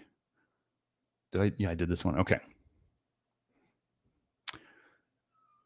SARS-CoV-2 is known to cause complications that may include pneumonia, acute respiratory distress syndrome, multi-organ failure, septic shock, and death. You guys may have heard in my anaphylaxis live stream about how we go over septic shock looks just like anaphylaxis, and septic shock and anaphylaxis are massive leaks of toxic bile into your system. This is how your body is all of a sudden poisoned from within. Have you ever heard a good explanation of why people go septic? Other than what I can tell you, what they found in like anaphylactic dogs, anaphylaxis and sepsis. We went over studies where they said we're having a hard time telling the difference between anaphylaxis and sepsis. I'm telling you it's the same cause. And what did they find in dogs with anaphylaxis? They found holes in their gallbladders. Gosh, do you think if there was an actual hole in a gallbladder, the thing that's designed to hold bile, that you might be leaking massive amounts of bile out in the system? Leaking massive amounts of bile out in the system can cause death, septic shock, anaphylaxis. Gosh, do you think it's causing multiple organs to fail? Yeah. One of the biggest things that is in bile is vitamin A, particularly as retinoic acid. Acute respiratory distress syndrome can be caused by taking the pharmaceutical retinoic acid. They call it retinoic acid syndrome. Weird how all this connects, right? And pneumonia, the lungs just don't like too much vitamin A in your blood. One of the reasons for that is you try to get rid of aldehydes through your breath. One of the forms of vitamin A, didn't I mention the aldehyde form of vitamin A as being really problematic? Oh, retinaldehyde. One of the most noticeable therapeutic approaches is related to a multifunctional protein, lactoferrin. Lactoferrin is an 80 kilodalton cationic glycoprotein that has a great range of benefits, and you haven't heard of it. From improving the immunity to antiviral effects due to its unique characteristics, such as the iron binding ability. Okay, so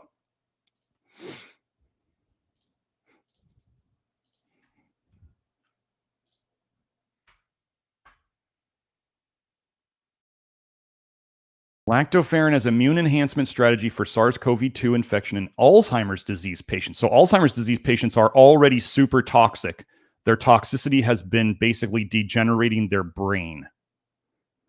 So they already have toxic bile. They're already leaking toxic bile. Gosh, what do you think happens when they dump a ton of toxic bile into their system? It's bad. Accumulating evidence suggests that lactoferrin is active against the CoV, likely due to its potent antiviral and anti-inflammatory actions that ultimately improves immune system responses, or it seals up leakiness. Remarkably, salivary lactoferrin levels are significantly reduced in different Alzheimer's disease stages.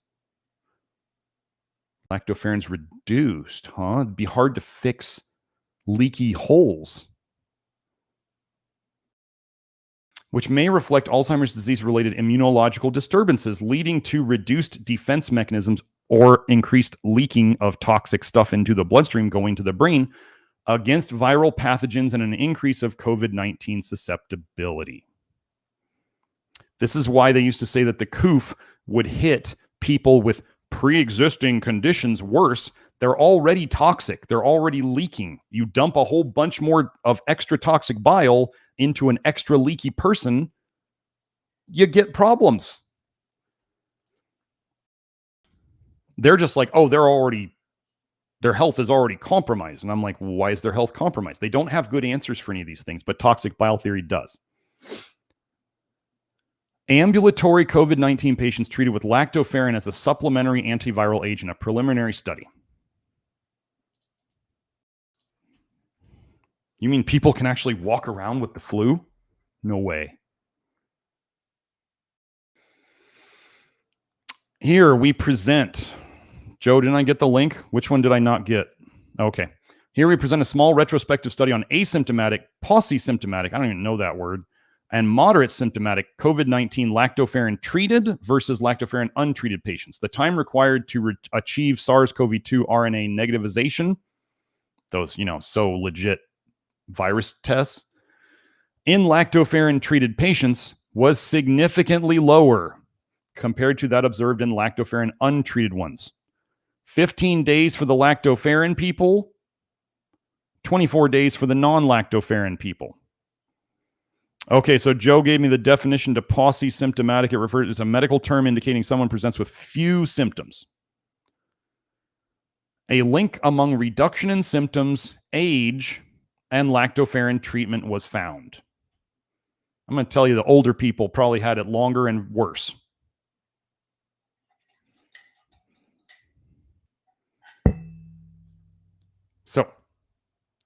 We got that. So that was also, that goes with cold and flu, which was down the list. It was like 7 or 8 on the list. I'm not going to go back and find it because it's not that important, but we just covered the coof and we covered the colds and influenza. They are all the same thing.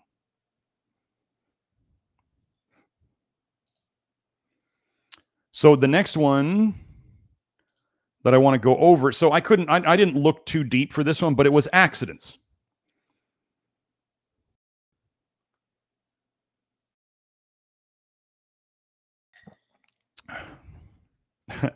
Ramon, for the super chat, I'm going to address this right now. Ramon says, why do they keep telling us we need nitric oxide? Because it is associated with longevity. Association is not necessarily causation, but what say you?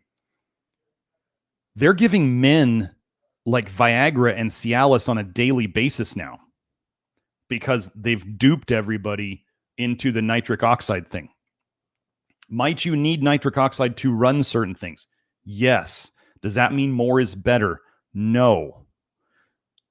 Promoting nitric oxide, I have the study, it showed long-term, what they called chronic nitric oxide stimulation caused liver injury. If you look up long-term use of Cialis and Viagra, the boner meds, they cause liver injury. They mess with nitric oxide. Polyphenols, beets, vitamin A, these things can do things. What's pomegranate? Full of polyphenols. It's better to use nicotinic acid, flush niacin, to improve your blood flow, not polyphenols. They want to poison you. So that's why you hear it from all the angles. You hear it in the alternative world. You hear it in the conventional world. They give you pharmaceuticals in the conventional world. They give you toxic fruits and vegetables in the alternative world. So it's just, if you are, let me say this. Men, first of all, if you have issues with your function in the bedroom, you need to know that any of these ED medications, they work at the start. Sometimes they don't work for guys. If the problem is significant enough in your mental state, your fight or flight, then sometimes those drugs don't even work. But those drugs, I knew a guy who worked before they sold them all over the internet. Because on Instagram, right? Ads are everywhere for these. They have now sublinguals, they have chewables, they have, oh my gosh, they're pushing this on guys so much. First you take one type and then that stops working. And then you have to go up to a bigger dose and then that stops working. And then you have to go to injectables and you inject them where you're thinking, yes. And then those stop working. And then you have to go to stronger injectables. And then those stop working. And then you have to get an implant of some sort to have any sort of function at all. I had a buddy who was a naturopathic doctor. He worked in this field probably 10 years ago. He was at a clinic where they specialized in these meds. And he said he was seeing 20-something-year-old men come in who partied a bit too hard with these medications. And they completely lost all function over several years because they took it every time that they were having sexual activity and they ruined themselves. What I'm going to say is if you are going to use anything to help your function in the bedroom, the first thing you should do is address mental blocks. And guys, we all have plenty of these. I have talked to and worked with the people who are into the Mojo app. So if you are interested in getting help with that, it is the cheapest and most effective thing you're going to do. And secondly, if you're going to do supplements to help your function, only use them on occasion. Don't use them every time. They're not good for your liver other than nicotinic acid, which helps with your blood flow. But nothing works like the meds. I'll put it that way. Nothing works like those meds, but that's because nothing also damages your system like the meds. You're robbing Peter to pay Paul.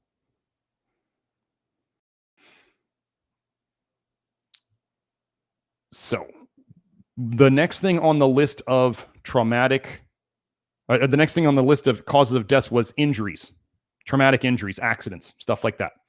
So you can't find like lactoferrin and accidents. So what did I look up? I looked up wound healing. I don't remember if I put this one up, so I'll just put it up again.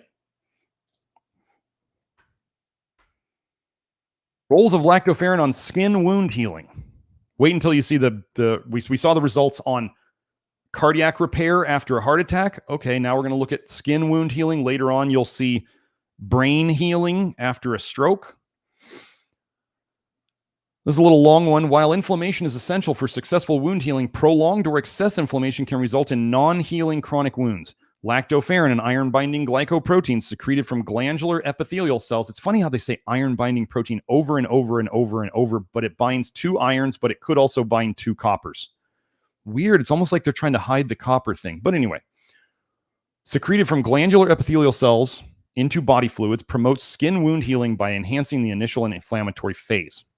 Lactoferrin also exhibits anti-inflammatory activity that neutralizes overabundant immune response. So it balances the immune response. Accumulating evidence suggests that lactoferrin directly promotes both the formation of granulation tissue and re-epithelialization.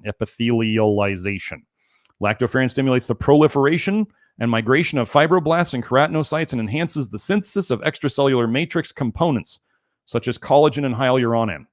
In an in vitro model of wound contraction, lactoferrin promoted fibroblast-mediated collagen gel contraction. To summarize, these observations indicate that lactoferrin supports multiple biological processes involved in wound healing.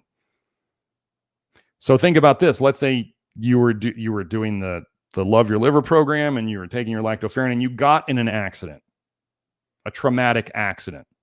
You would heal better.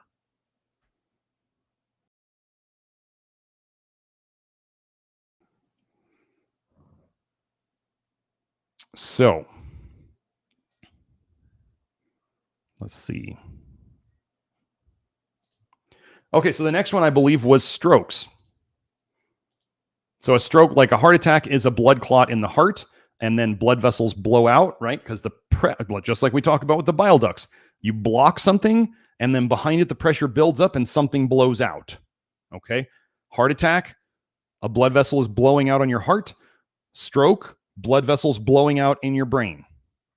Okay? And then the parts behind it are not getting oxygenated blood. Okay? Well, I'm thinking of the hemorrhage, which can happen. But there's also just the necrosis and the death of tissues from lack of oxygen. So here we are. Optimized lactoferrin. This is an interesting thing they did because they're trying to optimize it. Not something I would think is necessary, but optimized lactoferrin is a highly promising treatment for intracerebral hemorrhage. Preclinical experience. So we got heart healing, wound healing, and now we're going to have brain healing. Intracerebral hemorrhage is abbreviated ICH. The obvious therapeutic target is the neutralization of toxic products of red blood cells breaking up, lysis, that lead to cytotoxicity, inflammation, and oxidative damage. Toxic products. Wow. Interesting. We used rigorous approaches in translationally relevant experimental ICH models to show that lactoferrin-based monotherapy by itself is uniquely robust in reducing brain damage after intracerebral hemorrhage.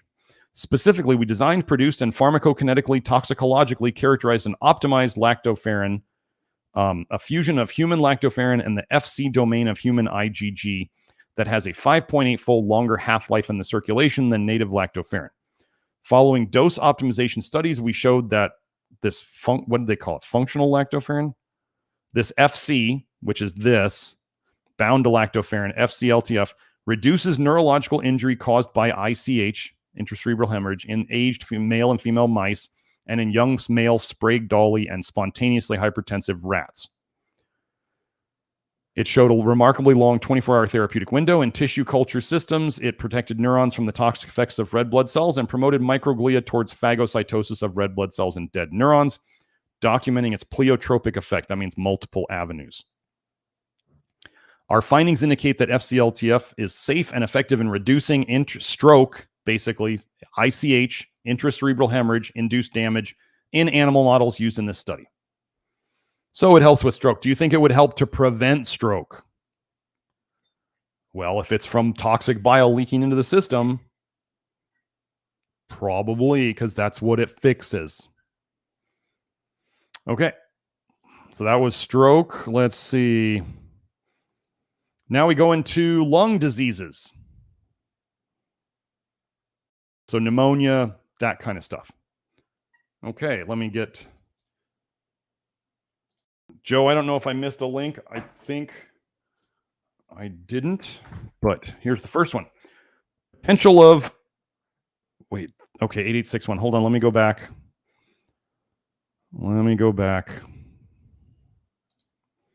So you have that one. Yeah, that's the one. That's the right one. Yeah. Okay, so let's go. Potential of lactoferrin in the treatment of lung diseases. Remember, we're just going through the top 10 causes of death in the US and showing how lactoferrin is related to all of them.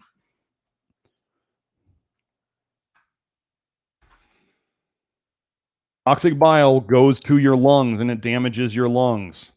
One of the ways we try to get rid of aldehydes is by breathing them out. That's why we talk about Roman's breathing, his breath work stuff. I have a whole episode on aldehydes and all of that stuff. But aldehydes, you have to remember, it's a poison on the way in, it's a poison on the way out. So if you have excessive aldehydes in your system, they can damage your lungs on the way out. Now, that doesn't mean you're going to stop breathing. Okay?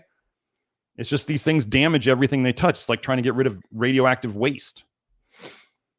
You got to be careful and not overdo it. This article focuses on a review of the existing and most up-to-date literature on the contribution of the beneficial effects of lactoferrin on the treatment of lung diseases, including asthma, viral infections, cystic fibrosis, or lung cancer, among others. I love this. Although in vitro and in vivo studies, so that's in like petri dish and actual animals or humans, studies indicate significant potency of lactoferrin in the treatment of the listed diseases. Only in the case of respiratory tract infections do human studies seem to confirm them by demonstrating the effectiveness of lactoferrin in reducing episodes of illness and shortening the recovery period. Oh no, only in the case of human studies do they confirm them. This is why I don't care about the mechanisms. I don't care about the animal studies. I care about human studies. Gosh, human confirms them. Wow, so it seems that lactoferrin helps nearly all of the big lung diseases. Wow, that's cool. I can keep going. Well, we're going to, because that's what I love to do. I'm just going to, I think, hit on the titles of these studies. This is the human recombinant. This is like the GMO lactoferrin. A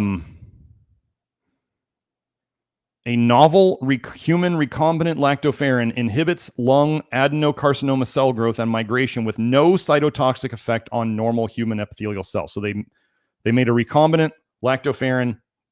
It reduced lung cancer growth and metastasis or migration with no toxic effect on normal cells. Okay, that's enough for that one. Now, what's the next one? Bovine lactoferrin, which is what we use. Bovine lactoferrin inhibits lung cancer growth through suppression of both inflammation and expression of vascular endothelial growth factor. Well,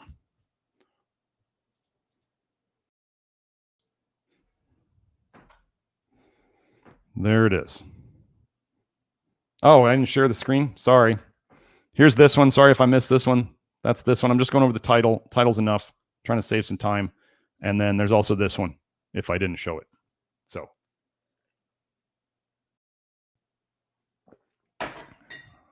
that was lung stuff. Now let's go into brain stuff.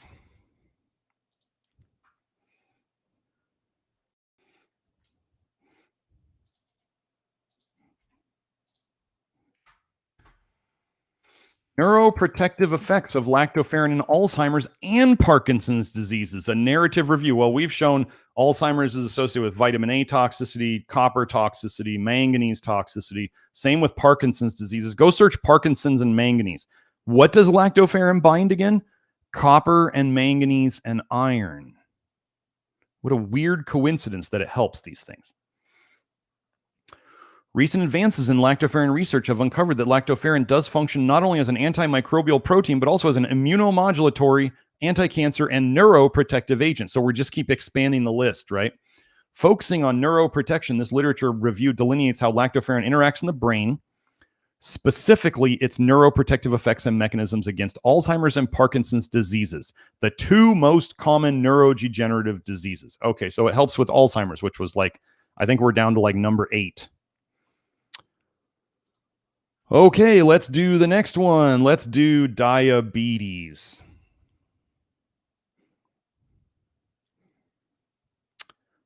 Let me get this link. We're just going down the list. So I want you to understand. We showed how lactoferrin and toxic bile theory interact. And we talk about how toxic bile theory is linked to all of these diseases. So does it make sense that if lactoferrin helps in terms of toxic bile theory specifically, and all these diseases are connected to toxic bile leaking into your blood, do you see how I can make all these connections? Show me another supplement that you can do this with. Except, well, actually, you could probably do it with beta-glucan, which is a soluble fiber that can actually get into the blood, which is high in oats and barley, which are two of the foods that we use on the program. Weird coincidences. We'll go over that someday.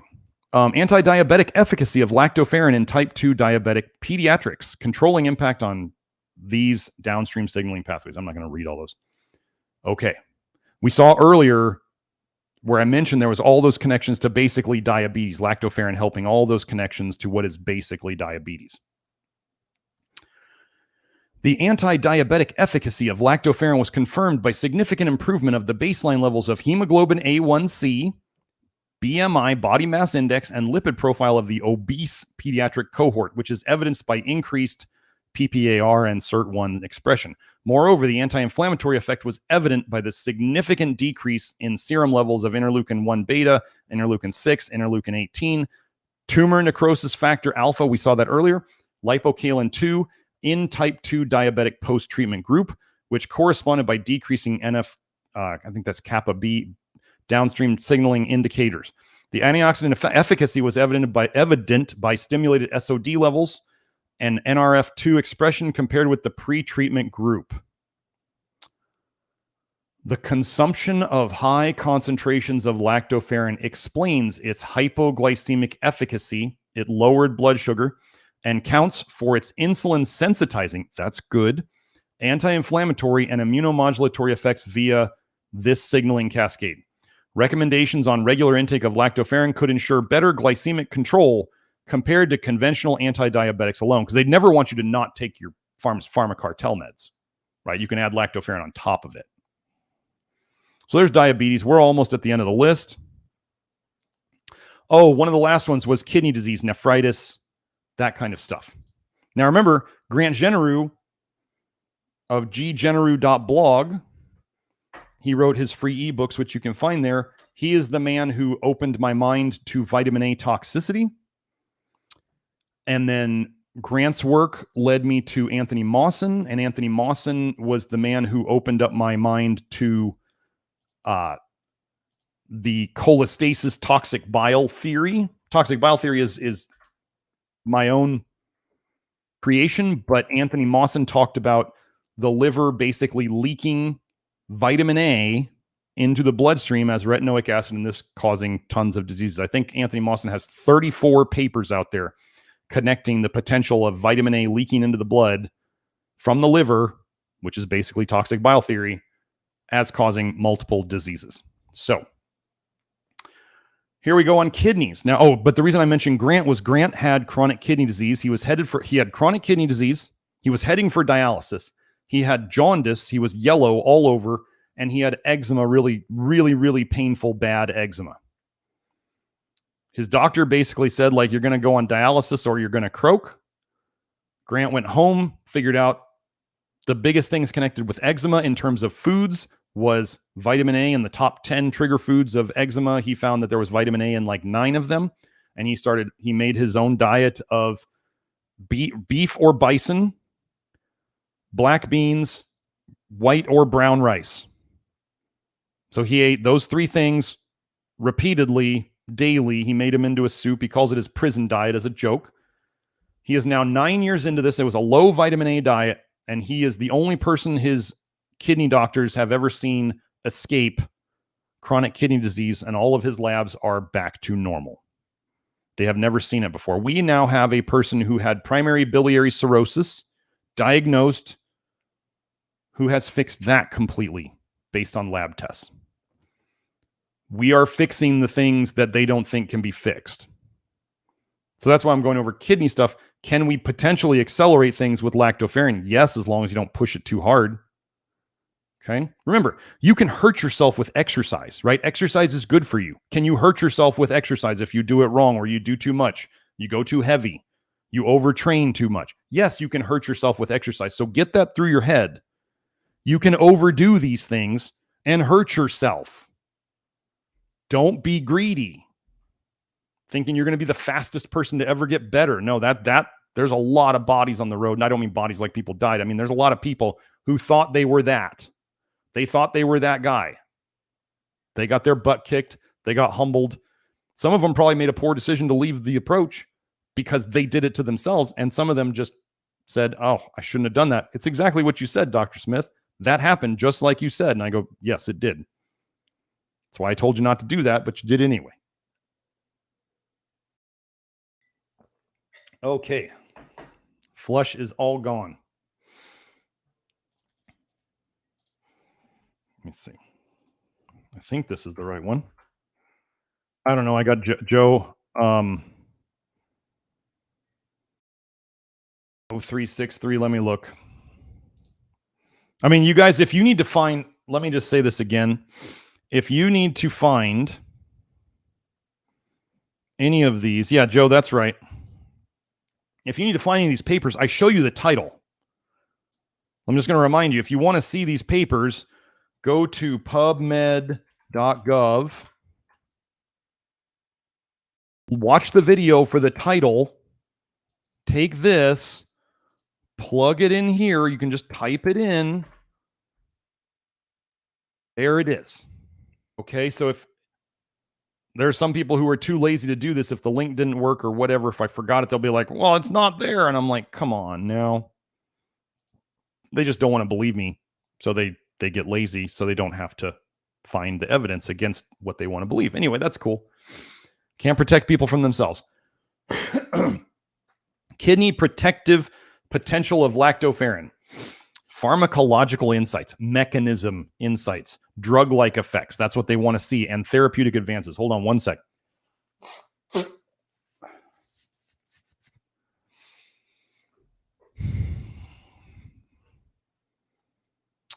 Lactoferrin shows protective effects against acute kidney injury and chronic kidney disease.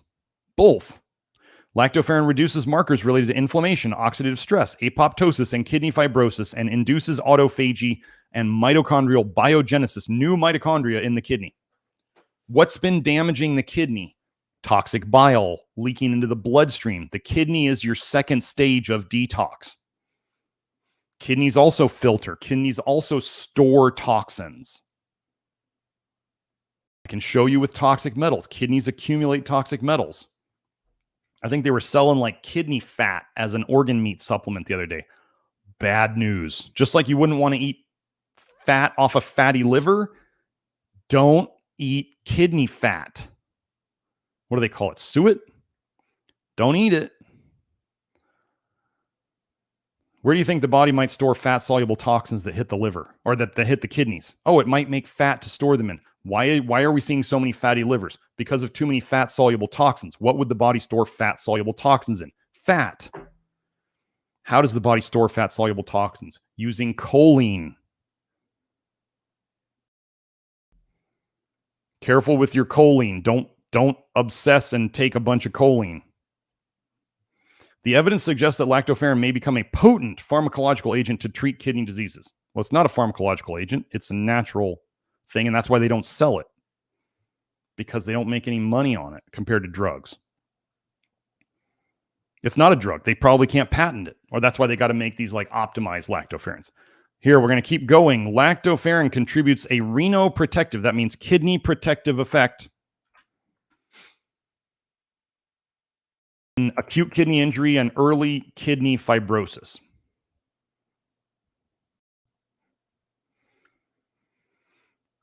Lactoferrin-induced autophagy.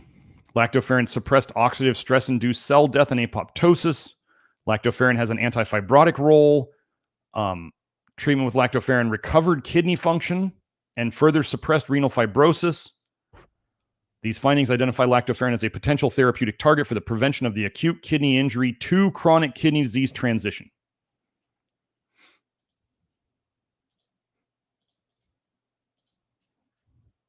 Let's keep going.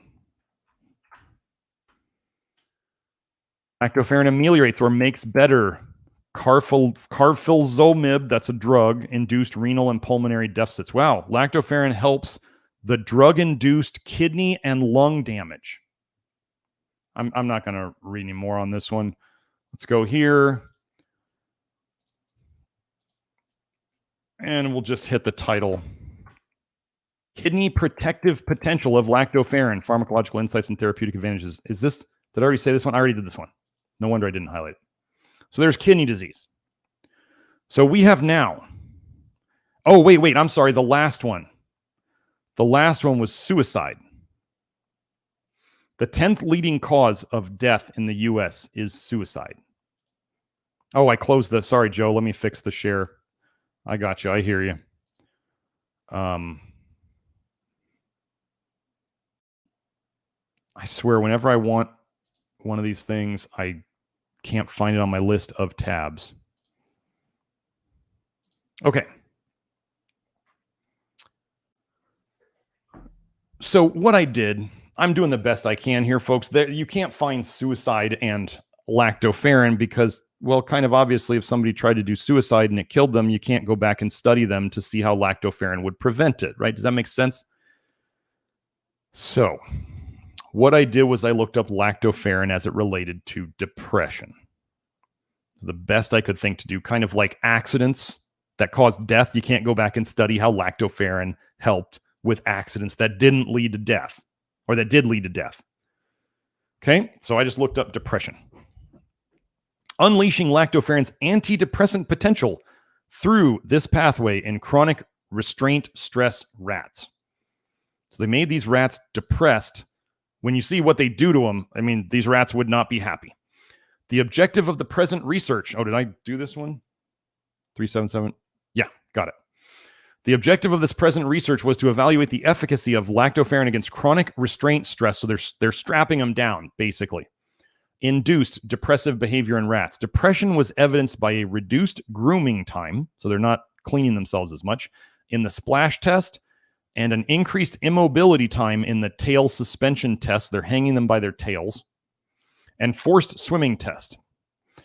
This effect was also accompanied by reduced glutathione and serotonin levels and elevated lipid peroxidation. That's malondialdehyde. We talk about that a lot. Another aldehyde from PUFAs.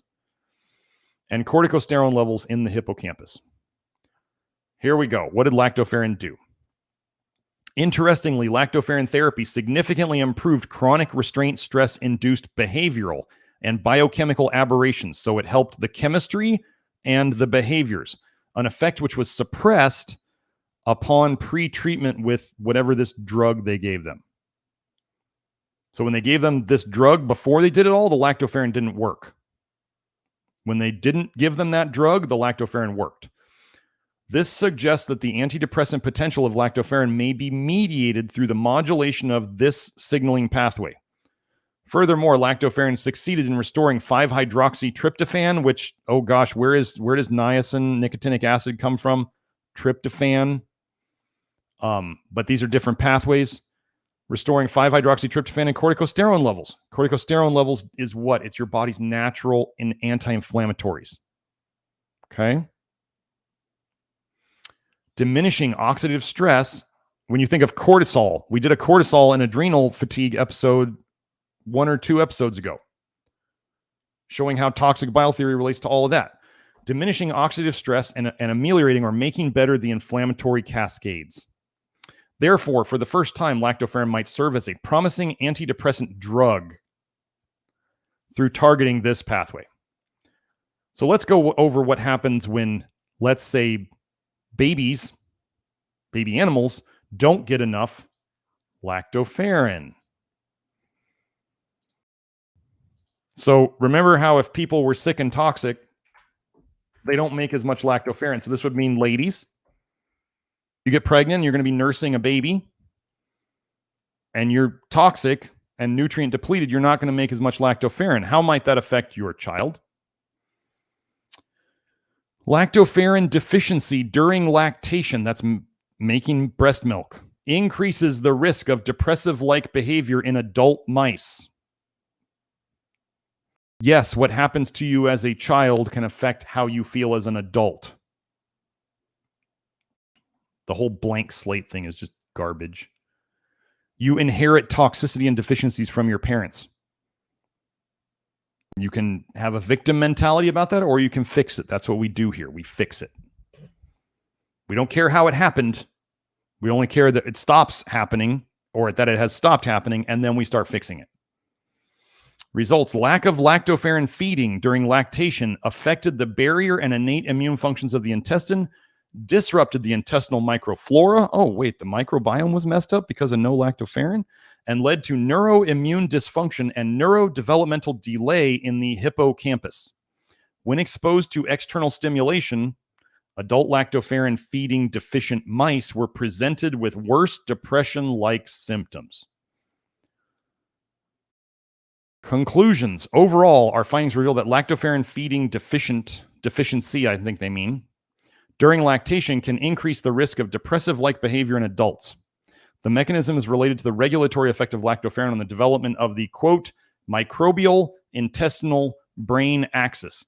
They just forget to talk about bile because they don't want to. They don't know about it and they don't want to. So that is what we have, folks. That is lactoferrin. Let me pull this up. Joe, that's it. You can take that off. So I'm going to, if there's any more super chats, we're going to go search for those. If you have super chats you want to put up right now, that's great. What time are we at? We are at 12:30. So I didn't do too bad on that one. I kind of shortened that one a bit, but okay. I don't know how to say your name. Is that IVIO? Anyway, I'm going to say it just because I got to say something. IVO, I don't know. Thank you for the super chat. He says, I just joined the Love Your Liver program. I poop once a day, have SIBO and gas. What should I try first? NA, which would be nicotinic acid, sun fiber, zinc, magnesium, or potassium. I would go and check. I'm sure Joe already said this. I would go in the Love Your Liver program and look for the article called The Order of Adding Stuff. That is where you could start and get the most impact. And that's the order of how to go through things.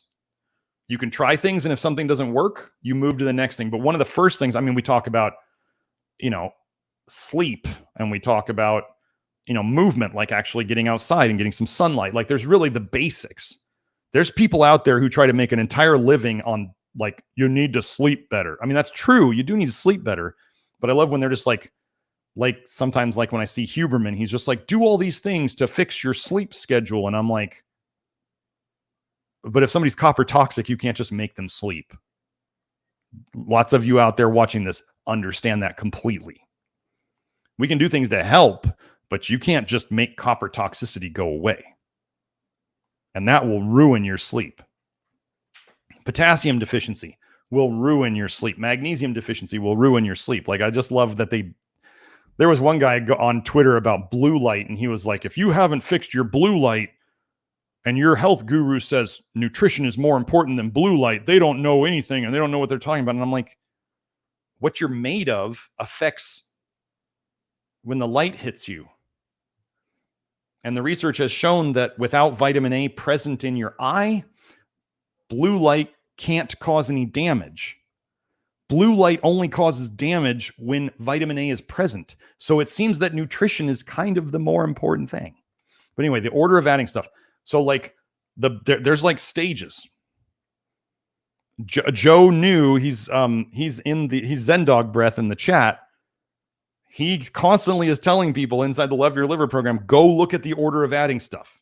He's like constantly revisiting it and going down through it and then going back up to the beginning and making sure he's addressed these things. Because let's just say you're drinking too much water or not enough water. I mean, I'm oversimplifying here. Constipation is not that often related to hydration. But when people are chronically dehydrated, you don't poop well. You're not lubricated, if you will. You need the water to give it, body and moisture so things move. So that's just a super simplified example. But the hydration video is like some people have told me the whole Love Your Liver course was worth that video. So let's just say it was something simple. Like I know SIBO and gas and all that stuff. It's probably a bit more complicated than that, but I'm just saying make sure you have enough water, but not too much. And I talk about how to figure that out before you start worrying about complicated supplements, or complex, I should say. They're not complicated, but figuring that out. So the early things there would actually be probiotics can help. I talk about which type of person is more likely to benefit from bifido versus lactobacillus. There's also the sun fiber feeds both of them. So working on the gut biome early on is one of the most helpful things. Nicotinic acid is up there. Low dose nicotinic acid is up there. That I would, I go over all the gut biome. I go over the electrolytes. I go over the big minerals. It's all in a nice order. I don't want to say it wrong here because I'm not remembering the exact order off the top of my head, but there were those basic things. I call it level 0 is like sleep and movement and hydration and light. That's so basic, it's phase 0, but you'd be amazed at how many people just kind of skip over that and then they don't deal with it. One of the biggest things to help with pooping can be potassium, getting your potassium right. Because your thyroid needs potassium to function properly, and copper toxicity depletes potassium, and vitamin A toxicity depletes potassium, and vitamin D supplements, if you took them in the past, those also deplete potassium. Sorry, vitamin A blocks potassium channels.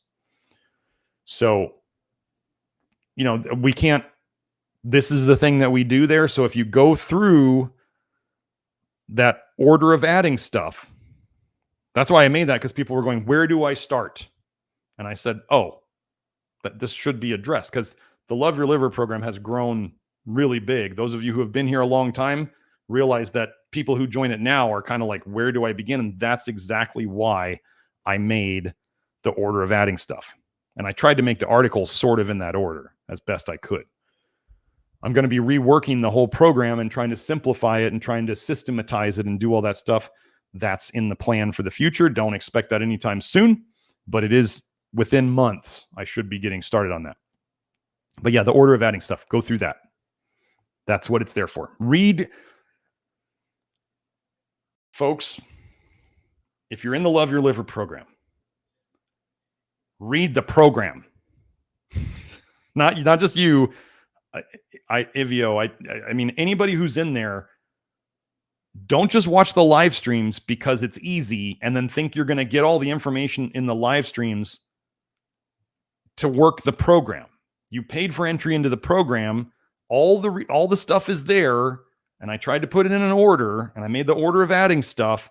So go, even if you want to just read the articles that are related, like you're in level 0 and you're reading about how you watch the hydration video and you do that, and then you move to the next thing and you move to the next thing. Just go. You could do the articles in that order and address one thing at a time. You don't have to read the whole thing, get to the end, and then be confused about where do I start. It's too many things to do at once. You don't have to start it all at once.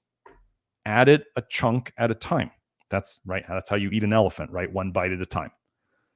So I would go and look back at that.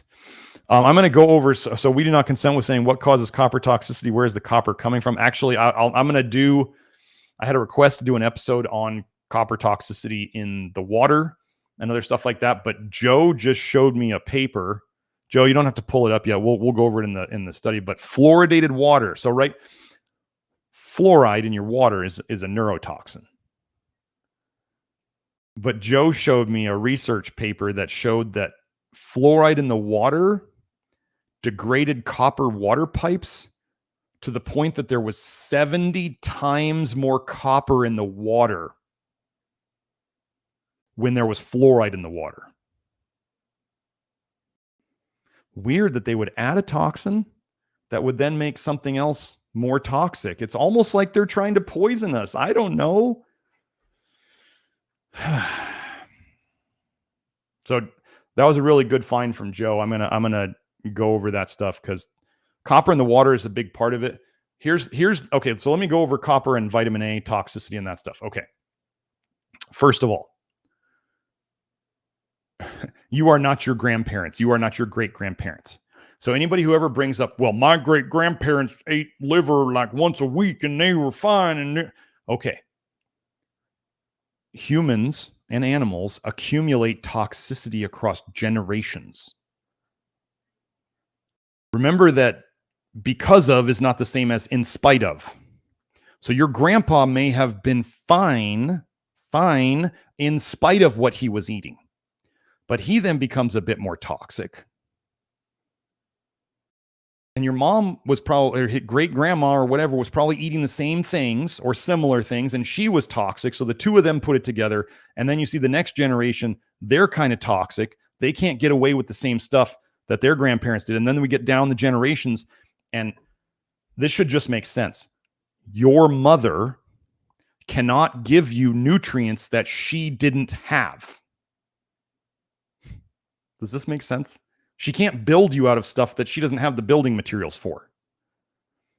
So think about this. A mother will always try to give her child what she can spare, even if it means the mother might be a little worse off. Right? Isn't that what good parents will do? They will sacrifice for their children. So if your mom already didn't have enough nutrition, she can give you some, but she can't give you what you need because it's not there. So we can pass down nutrient deficiencies and we can pass down toxicities because while you're in your mom, what are you marinating in? Your mom's fluids. And if they're toxic, you're marinating in those fluids. Do you want to know what the placenta is for? It's an extra liver. It's a third liver. There's the mom's liver, there's the baby's liver, and there's the placenta. That's an extra liver. It's a disposable liver. So it can soak up toxins so you can throw it away. Don't eat the placenta. Oh my goodness, please don't do that. If you wouldn't eat liver, don't eat the placenta. So, yeah, these things are all getting handed down. This is why you can't do the same things that your grandparents did. And saying your grandparents did it doesn't make it an excuse for you to do it. I mean, you can try it. Go ahead and try it. Prove me right. I don't like for people to suffer to prove me right, but I do like being proven right by people who don't believe the logic that I lay down for them and warn them about. I'm not here to make friends. I'm here to spread the truth so that people have the information so you can make the choices. If you get the information and you choose to make bad choices, I don't care. I'm a guide. But yeah, did Ramon put up another question? Oh, we did the nitric oxide thing. Yes. Yeah, don't force nitric oxide. And like I said, guys, if you have any sexual function issues, get that Mojo app. It will be the best $69 and do it. It will be the best $69 you ever spent. So let me just go see. Joe, were there any more super chats? I'm scanning it myself now. So Ivio, sorry if I'm pronouncing it wrong. You may want to, if you want to say, if somebody noticed it, if you put how to pronounce it right, type it out. If you know how to like phonetically type it out, how it should sound coming out of my mouth. Matej, Matej, he did that. He specifically wrote out how to say his name, and I really appreciate that. I consider it really important to me to pronounce names right. So that's why when I don't know how to pronounce it, I don't like it, because I feel like it's a form of respect I can give you by pronouncing your name right. So when I don't know how to pronounce it, it kind of bothers me. So if you can type it out how to say it, that would be awesome. Oh yeah, Lacey says I have Barrett's esophagus, which I believe is from bile reflux. Yeah, let me show you that. That's real quick. Let me yeah, we talked about the nitrates. Yeah, we talked about the celery and stuff like that and the nitrates. Oh, let me see if I can find it. Let me see if I can find. Hold on. Joe, you don't need to show my screen quite yet. Let's do.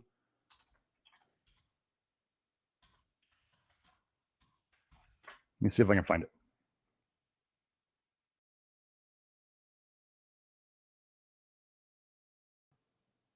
I think I know what I need to look up. Let me go back and try something else. Oh, what did you say? Let me see. That's all the super chats. Okay, so let's do retinoic.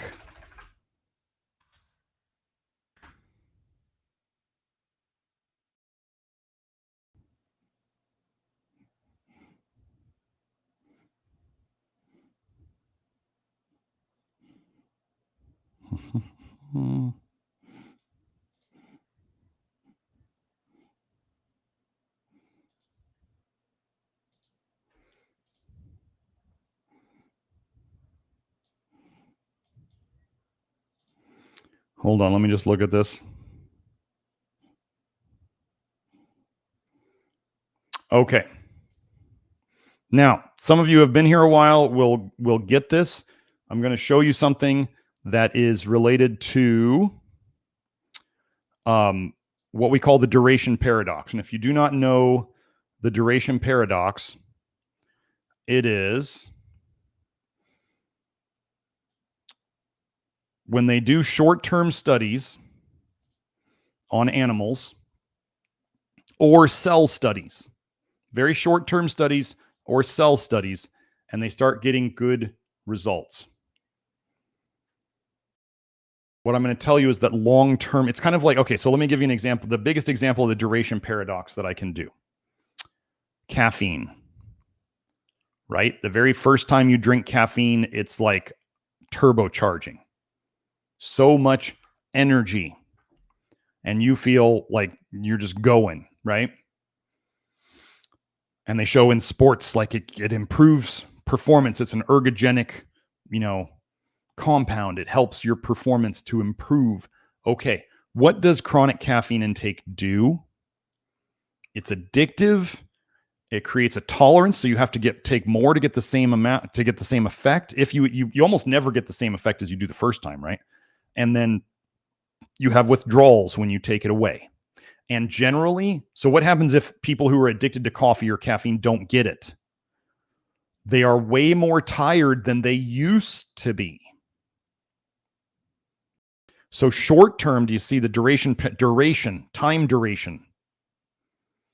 Short term, it helps energy. Long term, it destroys energy. Understand? So what I'm going to show you is in these studies where they're going to say retinoic acid helped nitric oxide production. Joe, you can show it if you didn't already. They're going to say it helps in cells or in short-term studies. So we have this paper here, differential effects of retinoids, that's vitamin A, on nitric oxide production by pro-monocytic, these U937 cells and ZR75-1 human breast cancer cells. So what are we going to see? I'm going to tell you, I already knew what I was going to find. Our results indicate that retinoid-induced growth inhibition of breast cancer cells is associated with an increase in nitric oxide production. So there's more nitric oxide when they give cells retinoic acid. What I'm going to tell you is that long-term and in the whole animal or the whole human, it will destroy nitric oxide production. Let's go confirm this. And if you haven't seen, how can we confirm this? Have you seen, oh my gosh, wait, let me show you this. Hold on. RX risk. I can find it real quick. I want to show you how damaging long-term retinoic acid is. Show you that the duration paradox is a real thing. I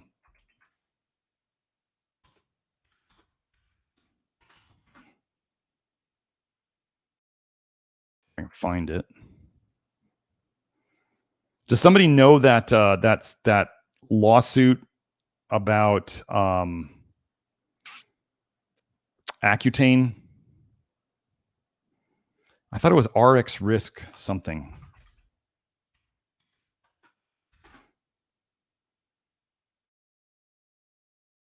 Well,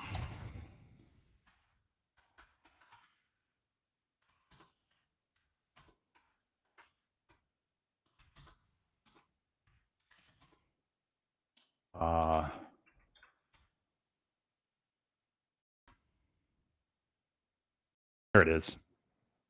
Got it. RXISC, rxisc.org. Let me find this. They have the list here.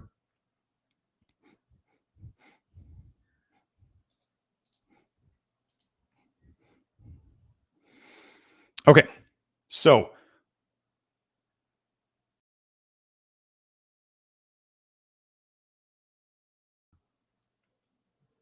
Joe was, or Zendog Breath was asking about a Love Your Liver live stream on duration paradox / honeymoon phase / detox setback.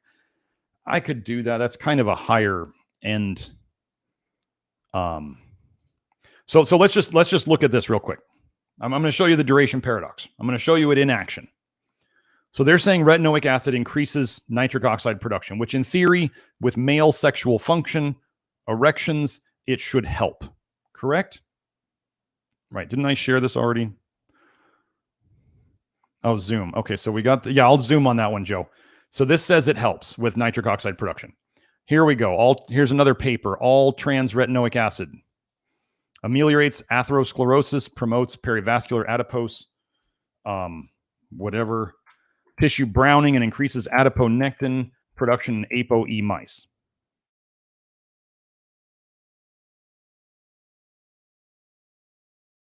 I'll show you a study on that in a second.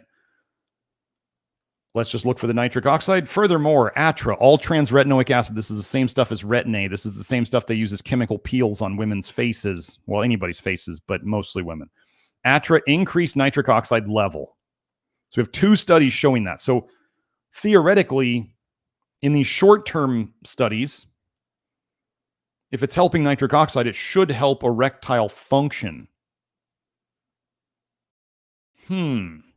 Let us go look at the well, actually, let's just show the atherosclerosis, vitamin A, aortic. There it is. So long term, what does vitamin A do to blood vessels? They're saying retinoic acid reduced arteriosclerosis or atherosclerosis, either one. But wait, increased dietary intake of vitamin A promotes aortic valve calcification in actual animals. Vitamin A all turns into retinoic acid after a while, doesn't it? So why is this doing the opposite here? Why is it promoting? This is atherosclerosis. When you think of blood vessels slowly shutting due to deposits, think of calcium, not cholesterol. Yes, cholesterol's in there, but it's the calcium structure that's holding it all together. That's why they do a coronary calcium score to measure how closed up your arteries are. So this is just another example. They said retinoic acid reduced atherosclerosis, and here I am showing you that, oh no, it promotes it. So let's go look at what Accutane, a retinoic acid, causes in terms of sexual dysfunction.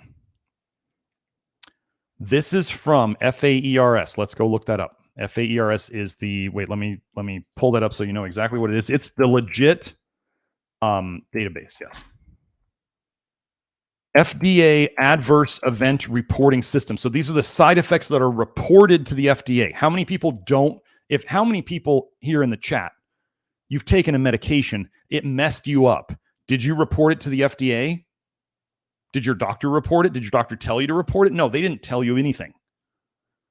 They don't want to have anybody report this. But, so I want you to think, This is the people who actually reported it or their doctors.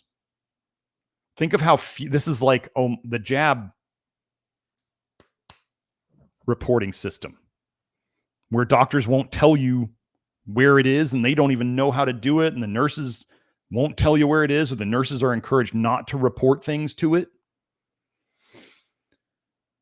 So let me read this to you. We'll come back to table 1. Within the age group 12 to 17, isotretinoin, 13 cis-retinoic acid. This is found in your body. Did I not do this one yet? Let me do the link. Your body takes vitamin A and it turns it into 13 cis-retinoic acid. It turns it into all trans-retinoic acid. It turns it into 9 cis-retinoic acid. Within the age group 12 to 17, isotretinoin was the most reported drug in the adverse effects reporting system database for the following reactions.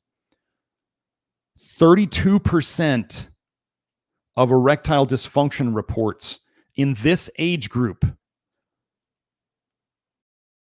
Erectile dysfunction in 12 to 17-year-olds. Sorry, I'm not sharing it. Are they trying to make us infertile? Libido decreased, vulvovaginal dryness, testicular pain, organic erectile dysfunction, retrograde ejaculation, ejaculation going backwards.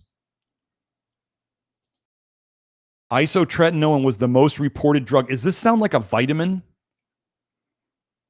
But it helps nitric oxide. No, it doesn't. It destroys it. So what is, as we talk about, what is the most important thing to do first? Reduce the toxins in. You cannot, the more toxins you have in your system, the slower your detox system runs, right? The more you run your car, or like me, I shoot guns, the dirtier your gun gets, or the dirtier your engine gets, the less well it runs. Now, we want to start cleaning those things. But in the meantime, what we can do is we can stop making it dirty.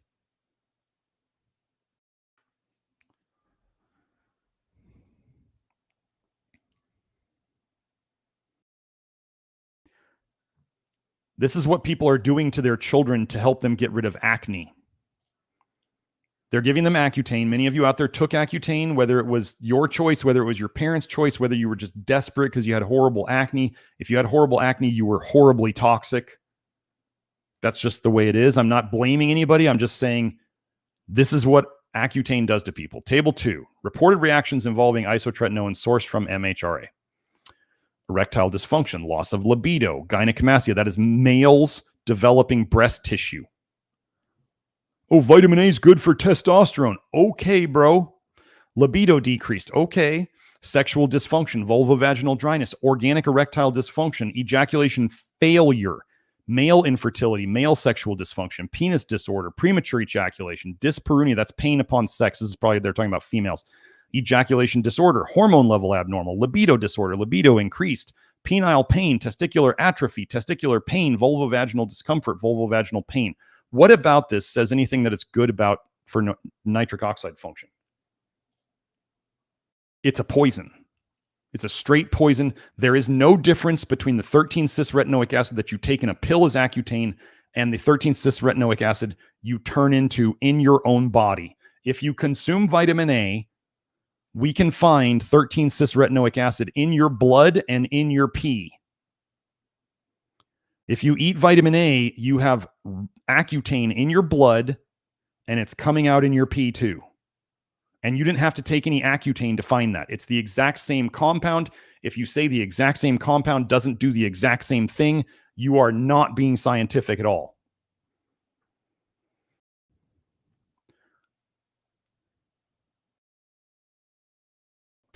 So these are the reported reactions. Let's go over this last one. Sourced from the adverse effects reporting system. Erectile dysfunction, libido decrease, gynecomastia, vulvovaginal dryness, loss of libido, sexual dysfunction, dyspareunia, that's pain on sex, hormone level abnormal, infertility male, penis disorder, ejaculation disorder, testicular pain, vulvovaginal discomfort, vulvovaginal pain, azoospermia. I believe that means there's no sperm in the ejaculate. Or the sperm may be like not functioning right. I don't want, Joe, if you want to look that up, go ahead. Anorgasmia, they cannot orgasm. Disturbance in sexual arousal, genital pain, libido increased, organic erectile dysfunction, ejaculation failure, genital hypoesthesia. That's like a numbness to your genitals. Libido disorder, male orgasmic disorder, retrograde ejaculation. Again, that's the ejaculate going backwards. Testicular atrophy, female orgasmic disorder, inadequate lubrication, or, so dry things, dry eyes, dry mouth. That's a liver problem. Very much connected to Accutane. Being dry after Accutane, whether it's sexual lubrication or whether it's eye lubrication or whether it's saliva lubrication, totally common. Testicular atrophy in a 12 to 17-year-old. Female orgasmic disorder, inadequate lubrication, orgasm abnormal, orgasmic sensation decreased, penile pain, penile size reduced. They actually saw that it reduced the size of their penis. Female sexual arousal disorder, female sexual dysfunction, genital paresthesia, that's again numbness, male sexual dysfunction, Peyronie's disease, the bending of the penis, and premature ejaculation. This was 6 years ago. Imagine what this is like now. Yeah, okay, Joe found it. The absence of sperm. Yeah, no sperm. So they made these kids infertile.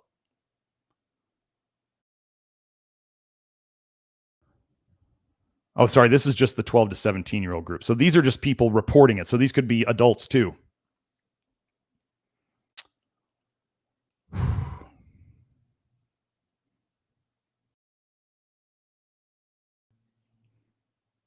So, no, don't push nitric oxide because it will mess up your liver. If you want to eat some celery, that's a low vitamin A food. That's fine, but do not be juicing celery unless you want diarrhea, and do not be excessively eating celery because of what you heard on the internet. Trying to boost nitric oxide. Can you eat things that have nitrates and nitrates in them? Sure. Just don't try to eat it like a drug effect. Okay? That is that.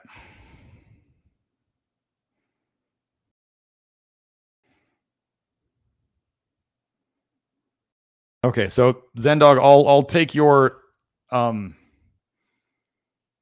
your suggestion into consideration. I did actually have a paper on a drug paradox where the pharmaceutical, so it's on PubMed, and they're like, well, this drug is supposed to do this, but in actual people, it actually does this. And they're like, this is such a paradox. We don't understand it. And I'm like, I do.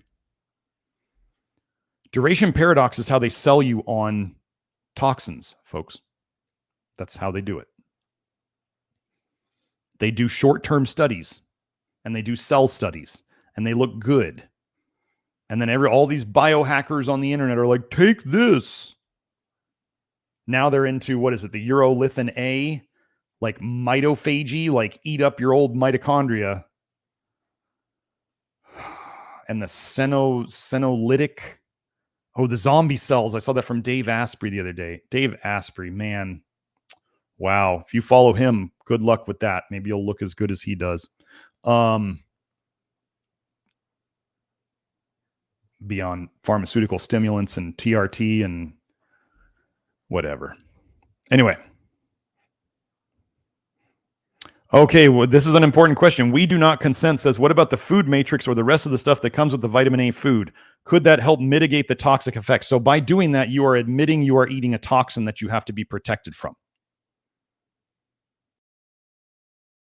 Of course it can help. I mean, zinc, right? The funny thing is muscle meat is like one of the absolute lowest sources of vitamin A and absolutely one of the highest sources of zinc, which you need to protect yourself against vitamin A and copper. And it's also, muscle meat is also extremely low in copper.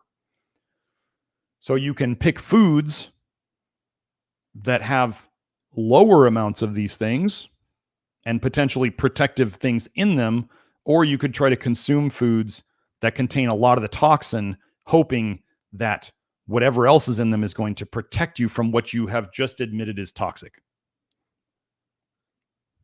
And I'm going to tell you it doesn't work. I have a saying here, the poison always wins. The poison will win. You're not going to take in large amounts of a toxin and undo it by taking in large amounts of nutrition. Nutrition is not, it's strong, it's necessary, but it's not as strong as poisons. The poison always wins. This is why, again, it is the most important thing you can do first is to stop putting in so many toxins. That is the key thing. It doesn't mean none. There is no such thing as none. That's that. So we try to mitigate or reduce or minimize the intake of toxins.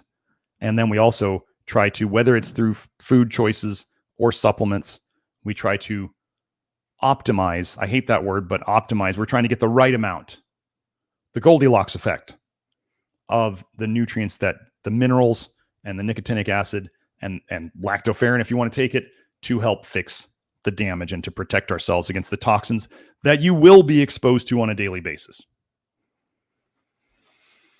So, yeah. But don't make the mistake of thinking that you can just protect yourself from the poisons. Like, it would be like somebody, the guys, oh my gosh, the guys who want to eat fish and shellfish, they'll be like, but the selenium in fish protects you from the mercury. And I'm like, you're going to go and eat a food that knowingly has significant amounts of mercury in it, hoping and assuming, as I say that a very specific way, assuming that the little bit of selenium in it is going to protect you, when I can then go and show you that the mercury level in the blood of men after they ate fish, the higher the mercury level in their blood, because it did go up, the more mercury in their blood, the lower their cognitive function. And these guys are going to tell me that the selenium protects them from the mercury. It didn't. It did not. The poison always wins. An ounce of prevention is worth a pound of cure. These sayings exist for reasons. So, it's a good question. I mean, it's not a bad question. It's just, it doesn't work that way. Like, would you want to try to put the wrong type of gasoline in your car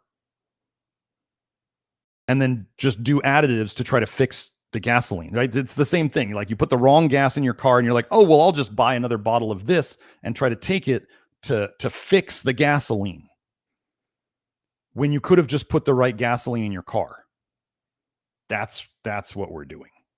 We're trying to put the right gasoline in, not fix the damage after it's done. But we are fixing the damage after it's done. That's one reason I'm going over lactoferrin here, is it can fix the damage. So, I think we're about done.